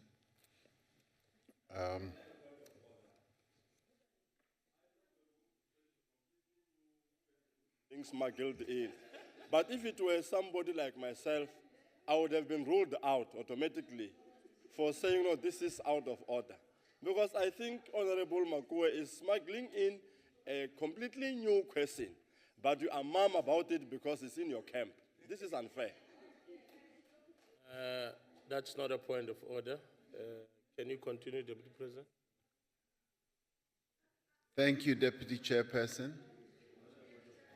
The question dealing with the issue of peacemaking, peacekeeping, and the process of peacemaking is something that I referred to earlier in my reply. And in extending it, I'd like to say that what we should all be proud of as South Africans are the young men and women who serve in the South African National Defense Force, who agree to take orders from their commanders and ultimately the commander-in-chief to be posted to various countries for peacekeeping missions. Now, that is something that should give us a great deal of pride as South Africans, that we have young people who are prepared to put their lives on the line to go and serve the effort of peace-making on the continent. Now, we need to applaud them because they are truly outstanding young people. And it saddens us greatly when any one of them falls in the line of duty. And we have witnessed that in the past and more recently when one of those young people fell in the line of duty. And we should dip our heads and pay our respects to all those young people. They are true soldiers of peace who come from our South African soil. What are we able to say to their families? Can we give them protection, as you said?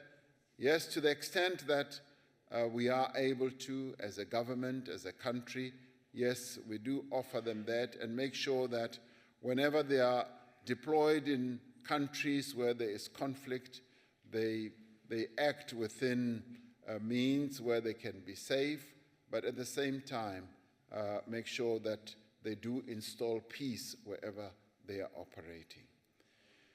With regards to the second question, which skips my mind for a while, just give me a trigger word again. Yes, on the issue of African solutions, has South Africa been able to spread that message, to inculcate that concept, notion of value in whatever we do? The answer is yes. As South Africa, which is very proud to be part of the AU, and where we are given roles which we execute, we do so without any measure of arrogance, with a great deal of humility, and we bring values of inclusiveness, human rights, and working together with others to find solutions. And at the same time, we bring a key value of dialogue, conflict resolution, to make sure that the conflicts that we may get involved in on the continent are resolved in that way. So we subject ourselves to the African discipline of working inclusively, working together with others to find peace. And so therefore, we are well steeped in the notion of African solutions for African problems. We believe that as Africans, we have it all in us to resolve our own problems. And as we move towards 2063, together with all the countries in Africa, we move together as proud members of the AU, knowing that the destiny of Africa is in our hands.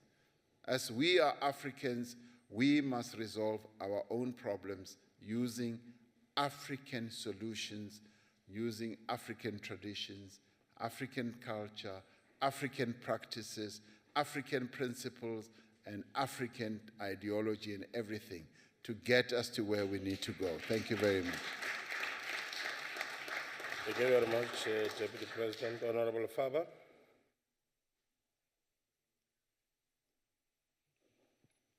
Thank you, Honorable Chair. I'm so happy that you are not just doing the rules of the road by looking right, left, and then right, because we don't get seen on this side of the house. Thank you, Deputy President. The ANC has a 100-year history as a liberation movement, and considering the alliances they have built in those years with the rest of the continent and the world. Order, honorable members. Can you allow me an opportunity to also follow the question? Okay. Can I go on, Honorable? Am I Can you present your follow-up Thank you, question? Chairperson. Honorable Deputy President, does South Africa have the political will to help resolve African conflicts by not taking sides? How will it be possible for them to be partial or neutral in negotiations when negotiating, if you look at the history of the ANC with some of these other alliances?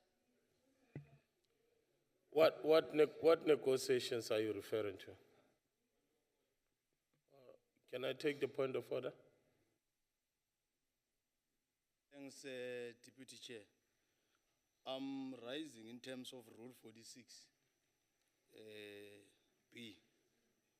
Member making a statement in the House that is false. As a disciplined member of ANC, it's misrepresenting the organization that I'm representing in this National Council of Provinces. It's saying the ANC is 100 years old, and that statement is false. So before he can even, his question be attended, let him be corrected, because it's misleading us and the public. May I rule by saying that, honorable members, let us not make statements in the House that are ill-informed and border on misleading the House and the public at large, because it might not be correct. There is a ruling, there is a standing ruling. Honorable Faber, take your seat. Take your seat, Honorable Faber. Take your seat, Honorable Faber. There is a standing ruling in the House, honorable members, that we need to try and, contain ourselves to a point where we avoid making any statements that has got to do with other political parties for which we do not have facts on.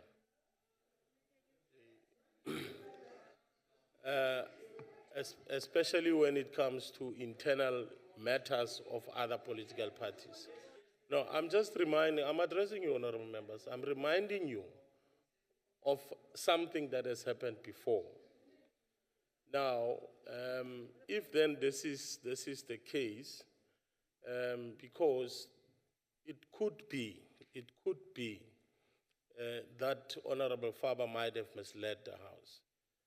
Therefore, my ruling would be that I will verify those facts and then come back with a ruling on whether if Honorable Faber misled the House or not. That will be my ruling on the matter. Are we, honorable members, you are on your feet, 3 of you. I don't know. Are you contesting my ruling? Honorable Chair, I'm rising on a point of order. Can I take your order? Honorable Chair, to guide you, when Honorable Motla Shuping spoke of the ANC, nobody intervened or stopped him. So I don't think it is fair for you to say you will come back and make a ruling, whereas the honorable colleague here is giving you a question based on the ANC being a liberation movement and its history. Honorable member. So honestly, when Honorable Motla Shuping spoke, nobody interjected. And I think in all fairness, you should allow the colleague to carry on. You've made your point. You've made the point. Can you take your seat, honorable member? I'll come. No, I'll recognize you. My ruling on the matter, there is a point of order. Honorable members, order. You see, that is the problem. I'll make a ruling, you are not listening, and then you come back on the same issue. I am saying, in my ruling I said, Honorable Faber made a statement, and there was a point of order that then spoke to Honorable Faber misleading the House. And I am requesting the House to then allow me an opportunity to verify whether if Honorable Faber truly misled the House and therefore come back to the House with a ruling. Are we agreed on that? Agreed to. Honorable members, I've made a ruling on this matter. Can we avoid dialogue on this matter? Honorable Faber, are you rising on a different matter? Is that a different matter? Honorable Chair, I would like to I'm know asking on you, what Honorable basis, Faber. yes, because I would like to know on what basis I've misled the House, Honorable Chair. Honorable Faber, that is why I will take out the technicalities on the 100 or 101 Honorable years. Faber, If that can I is come the problem. back and make with a ruling on whether if it is true the House was misled or not? Is that the point of order, Honorable van Lingen?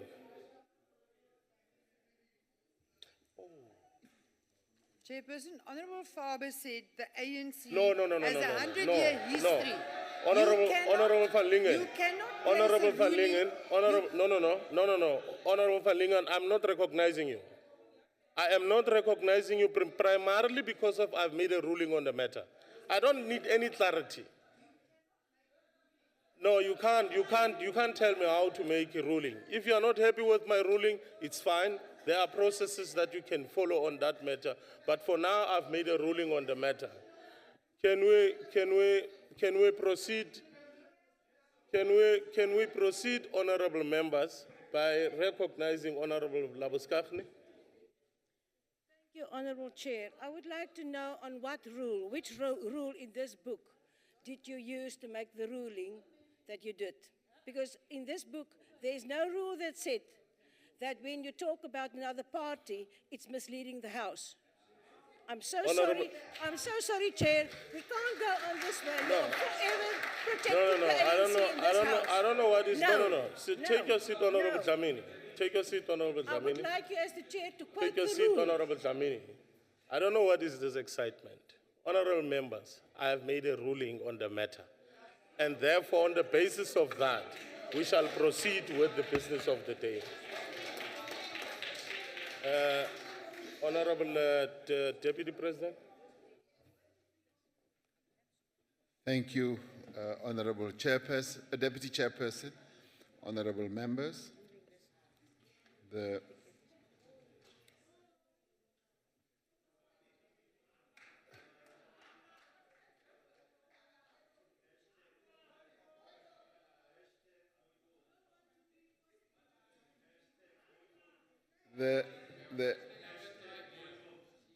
whenever our government interacts with a number of other countries on the continent, it does so without any bias, any favor, and without violating any diplomatic rules. Whenever we are called upon to intervene in any situation, we make sure and are extremely careful not to take sides, but just to take the side of the objective or the mission that we have been given, that of helping to restore peace and stability in the various countries where we operate. So when South Africans are sent to whatever nation, be they diplomats, be they soldiers, be they peacekeepers, or in whatever form, the standard way of behavior and deportment is that we should, at all times, never be biased towards any political orientation, but be biased towards peace and stability. That's what we do. And that's why South Africa is often called upon to make a contribution in peacemaking processes right throughout the continent. And that is what we are respected for. That is what we are recognized for, and that is what we are accepted for. Thank you very much. Thank you very much. Honorable Mtile. You had your hand up. Honorable, okay. Oh, are you, all right, Honorable Mtile, Honorable Mukweli. Thank you, Chair.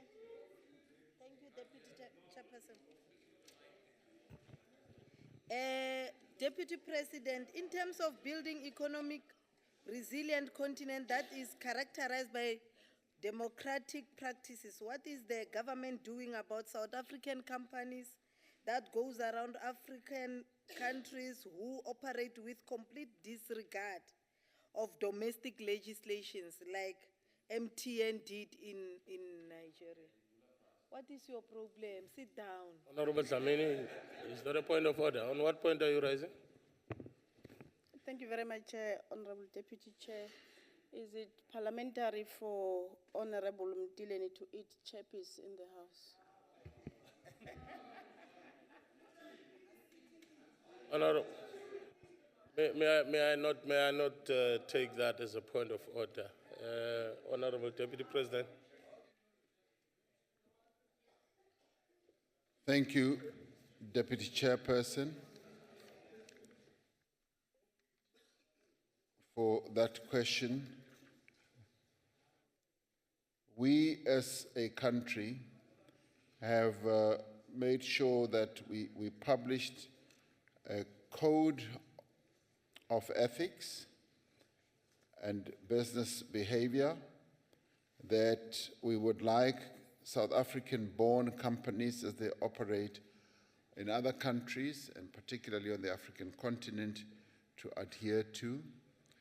We knew some time ago that as our companies flung their wings across the various countries in the world and the continent, we would like them to behave and deport themselves in a way that will make sure that they comply with local rules and regulations. And we therefore seek at all times to make sure that our companies get to know this and they're well informed about this. And more importantly, we would like them to comply with local laws of the countries where they operate. And the same would apply to companies such as MTN and many others, that they need to subject themselves to the laws of the countries where they operate. And if they violate those laws, they should know that, like any other country, the country will will take umbrage to what may well have been done. So that we make very, very clear ourselves. Thank you very much. Thank you very much, Deputy President. Honorable Pakis. Honorable Deputy President, the progressive people of the continent and we in the mighty ANC knows that economics plays a pivotal role in the reconstruction of our country and the rest of the continent.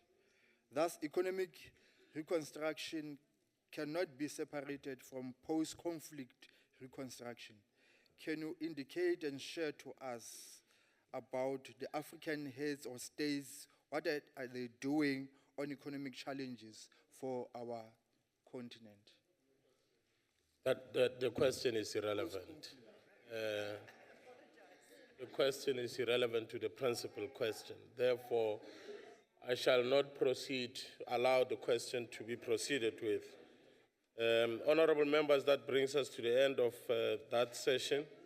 That question, we shall then proceed to question 24 by Honorable Kaula, Deputy President. Deputy Chairperson, honorable members, in many ways I have responded to this question before. As the Minister of Finance and I have previously answered, the South African Revenue Service, the Reserve Bank, and the Financial Intelligence Center, as well as the criminal investigation prosecuting authorities, do act against instances of tax evasion, of illicit financial flows as part of their routine activities, as and when such criminal actions are identified. In particular, SARS and the Reserve Bank continually assess taxpayers, be they individuals, be they companies, and they also assess significant financial transactions where they believe that such activities are not declared or are not legitimate. Tax evasion is illegal and entails acts of fraud such as non-disclosure, under-declaration, overstating deductions, and fictitious entities committing VAT fraud. These acts are criminal acts and lead to criminal prosecution. South Africa continues to act against tax evasion and has also strengthened its ability to counter tax avoidance practices, which are, in most cases, not illegal at face value. Some of these include practices like base erosion and profit shifting. This is one of the issues taken up by the Tax Review Committee, chaired by Judge Dennis Davis, which was established to evaluate South Africa's tax system against internationally accepted tax trends, principles, and practices, and to improve tax compliance. It has produced an initial report on base erosion and profit shifting. South Africa will continue to play a role in international efforts through structures like the OECD and the G20 to tackle the various forms of tax avoidance. On the matter of financial flows, these are necessary for economic growth, to facilitate investment and support trade and our export sectors. The Reserve Bank itself monitors outflows and inflows through the administration of exchange controls in terms of a delegation by the Minister of Finance. To the extent that the Reserve Bank and Financial Intelligence Center identifies any criminal violation, they report such activities to the prosecuting authorities over and above any administrative action they may take.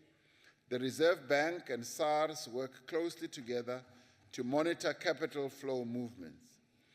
Applications for cross-border transactions often require tax clearance by SARS to ensure that tax risks are being reduced. Ongoing interaction between the two means that attempts to move capital offshore for tax reasons are reduced. South Africa has firm and effective measures in place to counter tax evasion, tax avoidance, and illicit financial outflows, and it is continually working to strengthen them. I thank you. Thank you very much, Honorable Deputy President. Honorable Kaula. Thank you, Honorable Deputy Chairperson. Honorable Deputy President, thanks for the response. I think we agree with each other on most of the issues you have raised. In that, at face value, these activities may appear not to be illegal. My issue here is the issue of moral obligation. What is the position of South Africa in respect of the moral obligation pertaining to these activities where profits are shifted with an intention of tax evasion, which may technically not be illegal, but morally wrong? And an issue attached to that is an issue, again, of leading by example. There is a significance period with respect specifically to MTN, a specific period which is 2001 to 2013, where these activities have been happening. Profit shifting to Dubai, profit shifting to Mauritius. And that is very significant, sir, as you'll agree with me. Leading by example. Can we hold on to that with our leaders in the country? Deputy President. Thank you. Indeed, I mean, there is the issue of illegality as well as legality. And these matters clearly are matters that need to be looked at by the various authorities that I was talking about. And if fault is found, then action should be taken. The morality of it clearly is something that is now being raised more globally. It is not only here that it is being raised in a number of countries at the AU level, as well as the European level, where examinations are beginning to happen about issues of morality when it comes to taxation. And the various measures and structures that are put in place to give effect to those types of practices. Now, I'm not able to answer for any specific company, but what I would be able to say is that where there is real fault and criminal activity, it should be investigated and action should be taken. And the issue of the morality of it all is clearly an issue which needs to be discussed more broadly so that there can be a clear, conscious decision of how we deal with these matters and how everybody deals with these matters going forward. Thank you very much. Thank you. Honorable Throlip. Honourable Deputy Chairperson, thank you very much. Honourable President, my question has been partly answered and asked. But let me just say that in the light of the fact that the Nigerian government has recently imposed a hefty fine on MTN, that this is not an illicit outflow, but a major loss to the South African fiscus and economy. Will the South African government take any action itself around the morality of this issue? Deputy President. Thank you very much. As I understand it, this one has to do with the issues of RECA, and where, as we have known, we went through we are going through a RECA process, but when it started, we needed to RECA everybody's SIM card, and there was a cutoff point. It does seem like In the case of Nigeria, there were issues, and those issues need to be addressed. Will we, at our level, as the South African government, be doing anything about it? We will obviously be taking note of what is happening with a view of seeing how the company that is involved responds, reacts, and acts in this matter. And as I was saying earlier, we've got the ethics code that we have adopted, which we would like our companies to adhere to wherever they operate. So it is in the light of that where we will be saying, as I said earlier, would like our companies to comply with the laws and regulations of countries where they operate without violating those, because they should know that wherever they operate, they are carrying the South African flag. And in this regard, if this fine is indeed imposed as it is going to impact on South Africa as well, as our revenue fortunes from a taxation point of view are going to be lower. Thank you very much. Thank you, Deputy President. Honorable Mokoena. Thank you, Chair. Deputy President, this issue is it's a lot more serious than perhaps we are giving it weight. Because it goes to the heart of the last question that we addressed, which is the relationship that the government has with the private sector. We run away from the concept of a protectionist economy, which means more control in the private sector. We run away from it because the West tells us that we should. But at the core of it, there are fundamental issues that we should be dealing with. Profit shifting in this country is not illegal. That is the first thing. Base erosion is not illegal. You talked about SARS, for instance. SARS does not have the capacity, for instance, at borders or in ports to check companies whether they are declaring correctly or not, because many of these companies are under-declaring. So we're losing a lot of money, and it's a lot. President Mbeki's report just reported 1 trillion or something that we're losing every year. And this is money that could be going into education, it could be going into housing and all sorts of things. So what are we doing in order to address these basic things, the capacitating SARS, dealing with profit shifting as a rule in the business sector, those basic things, because those details are the ones that will help us to deal with the issue a little bit more seriously. Thanks. Deputy President. Thank you, Chairperson. I think clearly this is what I put in the category of global mega trends. Trends that are emerging right across the world on issues that need to be addressed and tackled. On issues where, at face value, you'll find that the illegality is not easily found, but there is something that is emerging as a trend that says, even if that is so, should it be like that? And to me, another mega trend that is emerging is to have shared value, that you need to have shared value in terms of, say, even as you extract resources from the ground. Should a company just be extracting resources, exporting, and they are leaving without the local people benefiting? The mega trend that's emerging is that no, it should not be. So many countries are dealing with this. And similarly, on this issue too, we have to deal with it. We have to deal precisely with the issue that you're addressing. At face value, it's not illegal. At face value, it's not even seen as tax avoidance. There's under-declaration, there are all those things that you're referring to.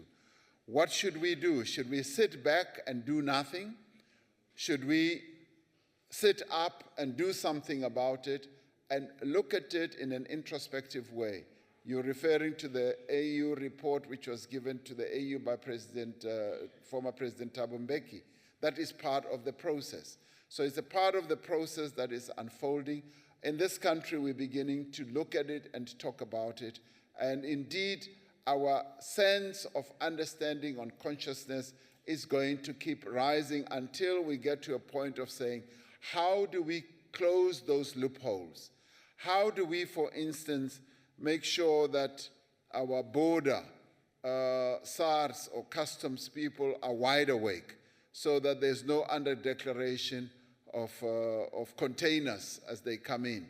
Because sometimes containers are said that this container has, toilet paper, and yet when you look at it closely, it's got electronics. How do you then jack yourself up and your systems to make sure that you do find a clever and more effective way of dealing with these matters so that you don't have money sifting through your fingers and you don't have leakage, so that you are able to collect as much tax as you possibly can.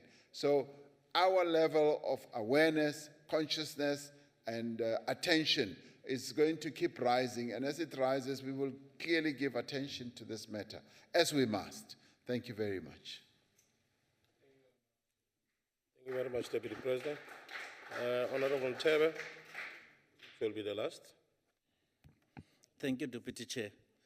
Deputy President, you are right that during the course of the better part of last year, you were in the same podium answering to the same question. You also did in the National Assembly. And I want to quote you, that you said, in fact, tax erosion is a crime. It's not only a crime against the state, it's a crime against our people, our ordinary people. It's a practice that we discourage as government, but we would also want to root it from our body politics. Is this government, the collective leadership leading this government, still committed to that?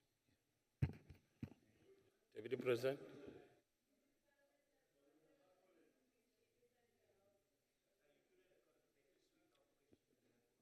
Deputy President. I'm a lucky guy.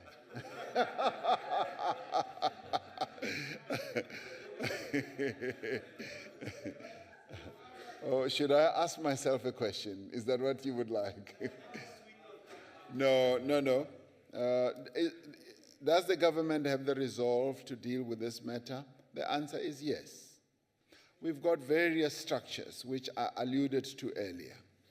We've got structures that are wide awake, structures that are effective, and as I said, as we all raise our gaze and our attention on this matter, we will find that we can find solutions. The resolve is there, and we will act in a way that advances the interests of our people.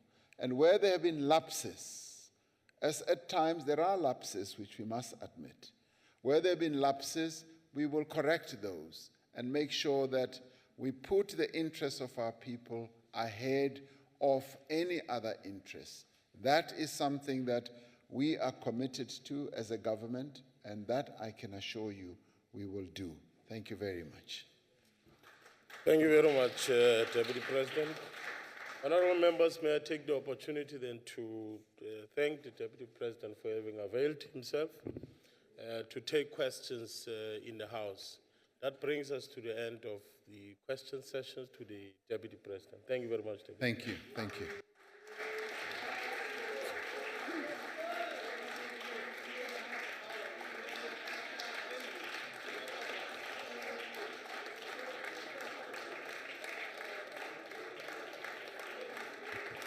Yes.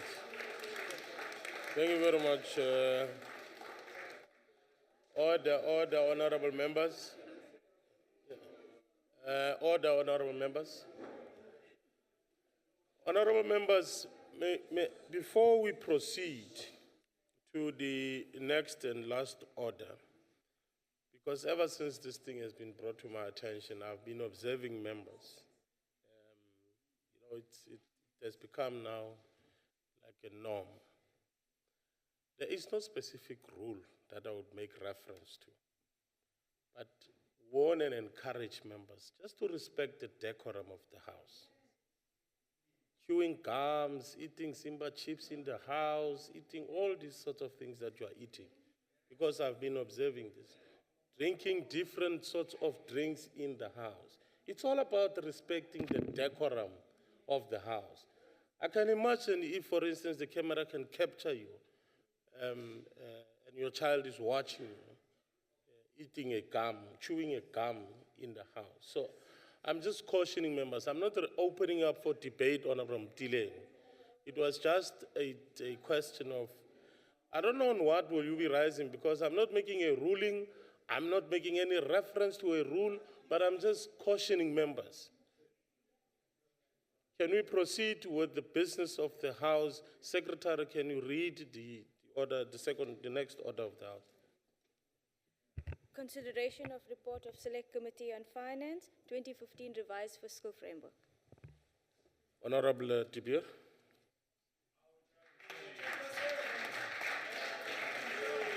Honorable Chairperson, Honorable Deputy President, the Minister of Finance tabled the MTBBS 2015 before Parliament on the 21st of October 2015. Following engagements with the Minister of Finance on the 23rd of October 2015, the Standing and Select Committees on Finance received inputs from the Parliamentary Budget Office, the PBO, on the 27th of October, and public hearings were held on the 28th of October 2015. The following stakeholders made submissions. FEDUSA, that's the Federation of Unions of South Africa, Lifafa Labatwane, it's an NGO. The Rural Health Advocacy Project is also an NGO called RAP. Professor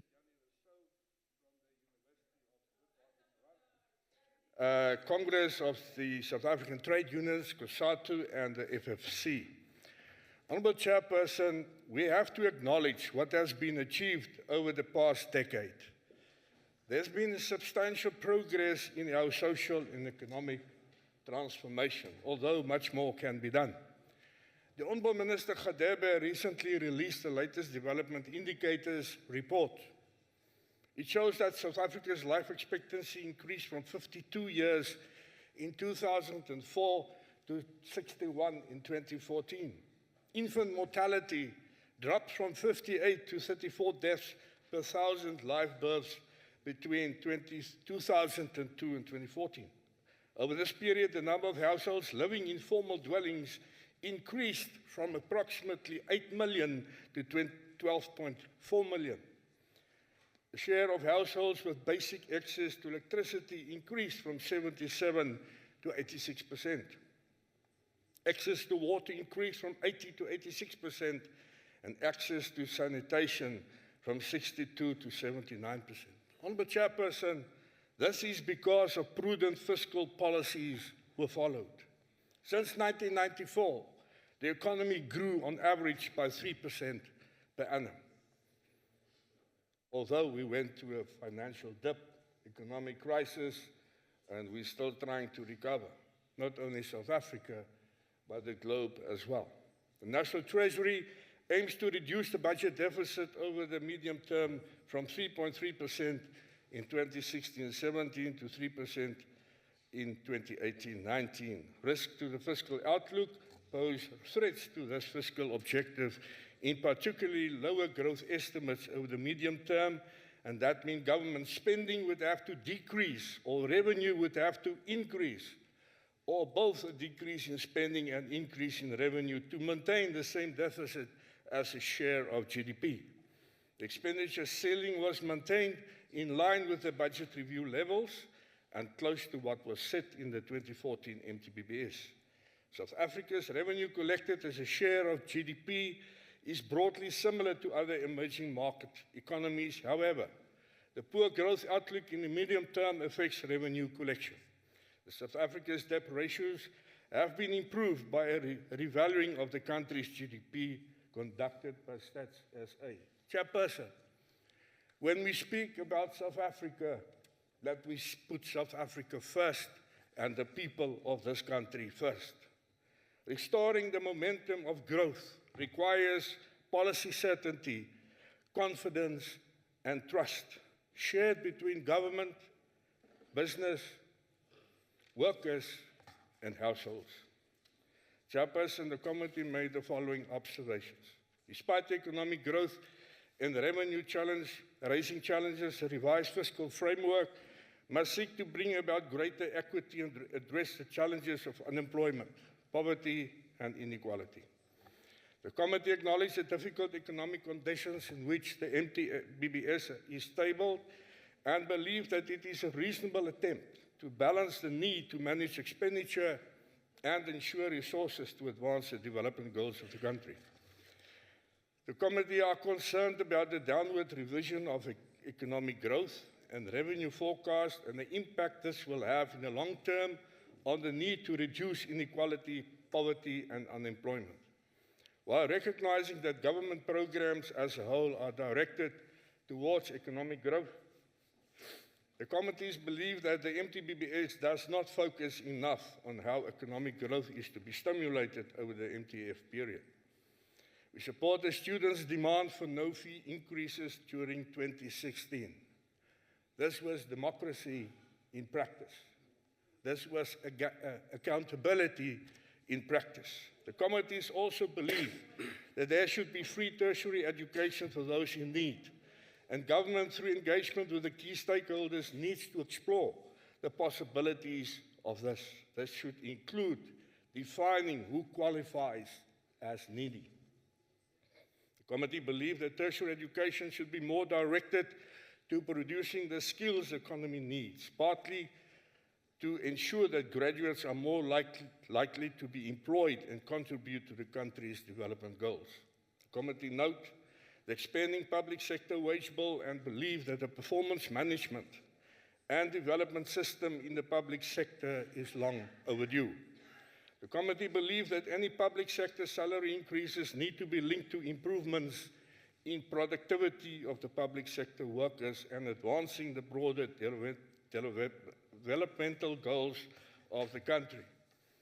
The committee is concerned with regard to the decline in revenues during the MTEF period, the decline in the constituency reserve, the fiscal risks posed by the South African Airways, the high rate of debt to GDP ratio, and the increasing debt service cost, and believes that this should be managed in ways that does not undermine the country's development goals. The committee note that it has been discovered that there are about 36,000 ghost workers in the Northwest Province and believes that other provinces and national government departments need to do more to identify and stamp out any ghost workers. The committee notes the severity of the drought in some parts of the country, its impact on the economy and particularly on food security, food prices, and possible job losses. The committee welcomed the efforts being made to assist in this regard by the Department of Agriculture, Forestry and Fisheries, Department of COCTA, Department of Water and Sanitation. The committees believe the government has to, within its constraints, do more to assist. The committee notes with concern, Chairperson, that in the past financial year, the provinces could not spend about 6 billion rand, and that this has probably comprised service delivery. The committees recommend that the National Treasury consider submissions made by stakeholders referred to in Section 3 of the report and provide a response to them when it comes before the committees to present the 2016 budget next year. Also recommend in the future the MTBBS should set out more concrete detail proposals on stimulating economic growth. The Standing and Select Committees on Finance have to work closely with the Standing and Select Committees on Appropriations in addressing issues on the financing of tertiary education. On Parliament's side, it will be the Appropriations Committees that will have to address many of the key issues, as has happened this morning. Committees that will have to address many of the key issues, yes. Overall, there are two key aspects, the no-fee increases for 2016 and the funding of tertiary free education for the needy. While recognizing these complexities, the Finance Committees recommend that the presidential task team dealing with the funding for no fee increases finalizes its work as soon as possible. Universities should, within their means, contribute to this funding as far as possible, but government will have to find the remainder of the funds from within the national fiscus. Appropriations committees will, after engaging with the higher education and training portfolio and select committees, have the primary say from Parliament's side on this, but for now, the Finance Committee suggests that government looks into the possibility of the budget of the Department of Higher Education and Training being reprioritized to find some of the funding for no-fee increases. Considerations need to also be given to allocating unused funds from the National Skills Fund and the CETAs, while ensuring that skills training needs are not unduly undermined. The Finance Committees recommend that government, through engagement with all relevant stakeholders, consider providing free tertiary education to the needy reasonably soon, and this process will unfold in Parliament. The committee also recommends, within the norms and protocols, the interdepartmental exchanges engages with the Department of Higher Education and Training, the Department of Planning, Monitoring and Evaluation on the need for universities to produce graduates who are more likely to be employed and meet the developmental needs of the country. The provincial government departments need to visit high schools to encourage learners to consider studying in areas of needed skills such as civil engineering, financial management, boilermakers, fitters and turners. And when we visit our schools and address our senior students in grade 10, 11 and 12, it's also our responsibility to motivate them to study in this direction. The committee required the National Treasury to brief them in the first quarter of 2016 on the fiscal rule of thumb guideline that links the expenditure ceiling to long-term economic growth projections over the MTF period, bearing in mind the reservations raised by the PBO in Section 2.1 of the report. Also on improvements on the capital project appraisals model. Also to provide a comprehensive report in writing on progress on its cost containment goals within 21 days of the adoption of this report by Parliament. Committees broadly support the positions of Labatwana as set out in 2.3 of the report and recommends that the National Treasury engage with them and the Department of Social Development and seeks within budgetary and other constraints to progressively address their concerns. That's about ECD centers and ECD education. Committees support the key concerns raised by RAP in Section 2.5 of the report, and the Treasury meet with them and the National Department of Health and report back to the committees in the 2016-17 national budget when it is brought before the committee. While recognizing the complexities, the committees recommends that the National Treasury seek to ensure that SAA is financially viable reasonably soon. The National Treasury should work with the provincial treasuries to finalize the personnel headcount projects in provincial departments and report to the finance committees. The Treasury should work with the national and provincial departments to determine the causes of underspending and contribute more to ensure more efficient and effective spending, and tabling of more credible budgets aligned to the government priorities. The Treasury needs to monitor the fiscal performance of provincial treasuries more effectively, as there are cases of accruals over 1 billion rand, while cash in the bank is minimal. In the 2015 Fiscal Framework Report, Chairperson, the committees recommended that the National Treasury considers review of the revenue sharing formula with regards to the Southern African Customs Union, SACU. The committees request an update from the Treasury in this regard. Committees recommend that the stakeholder management bill designed to more clearly define stakeholders' role in state-owned enterprise companies and to be introduced as soon as possible. Chairperson, I move that the House consider this report. Thank you. Thank you very much. That concludes the debate. I shall now put the question, and the question is that the report be agreed to. In accordance with Rule 71, I shall first allow provinces an opportunity to make a declaration of vote if they so wish. Is there any province that wishes to make a declaration of vote? In the absence of any, we shall then proceed with the voting, and I shall do that by calling provinces in an alphabetical order. Eastern Cape.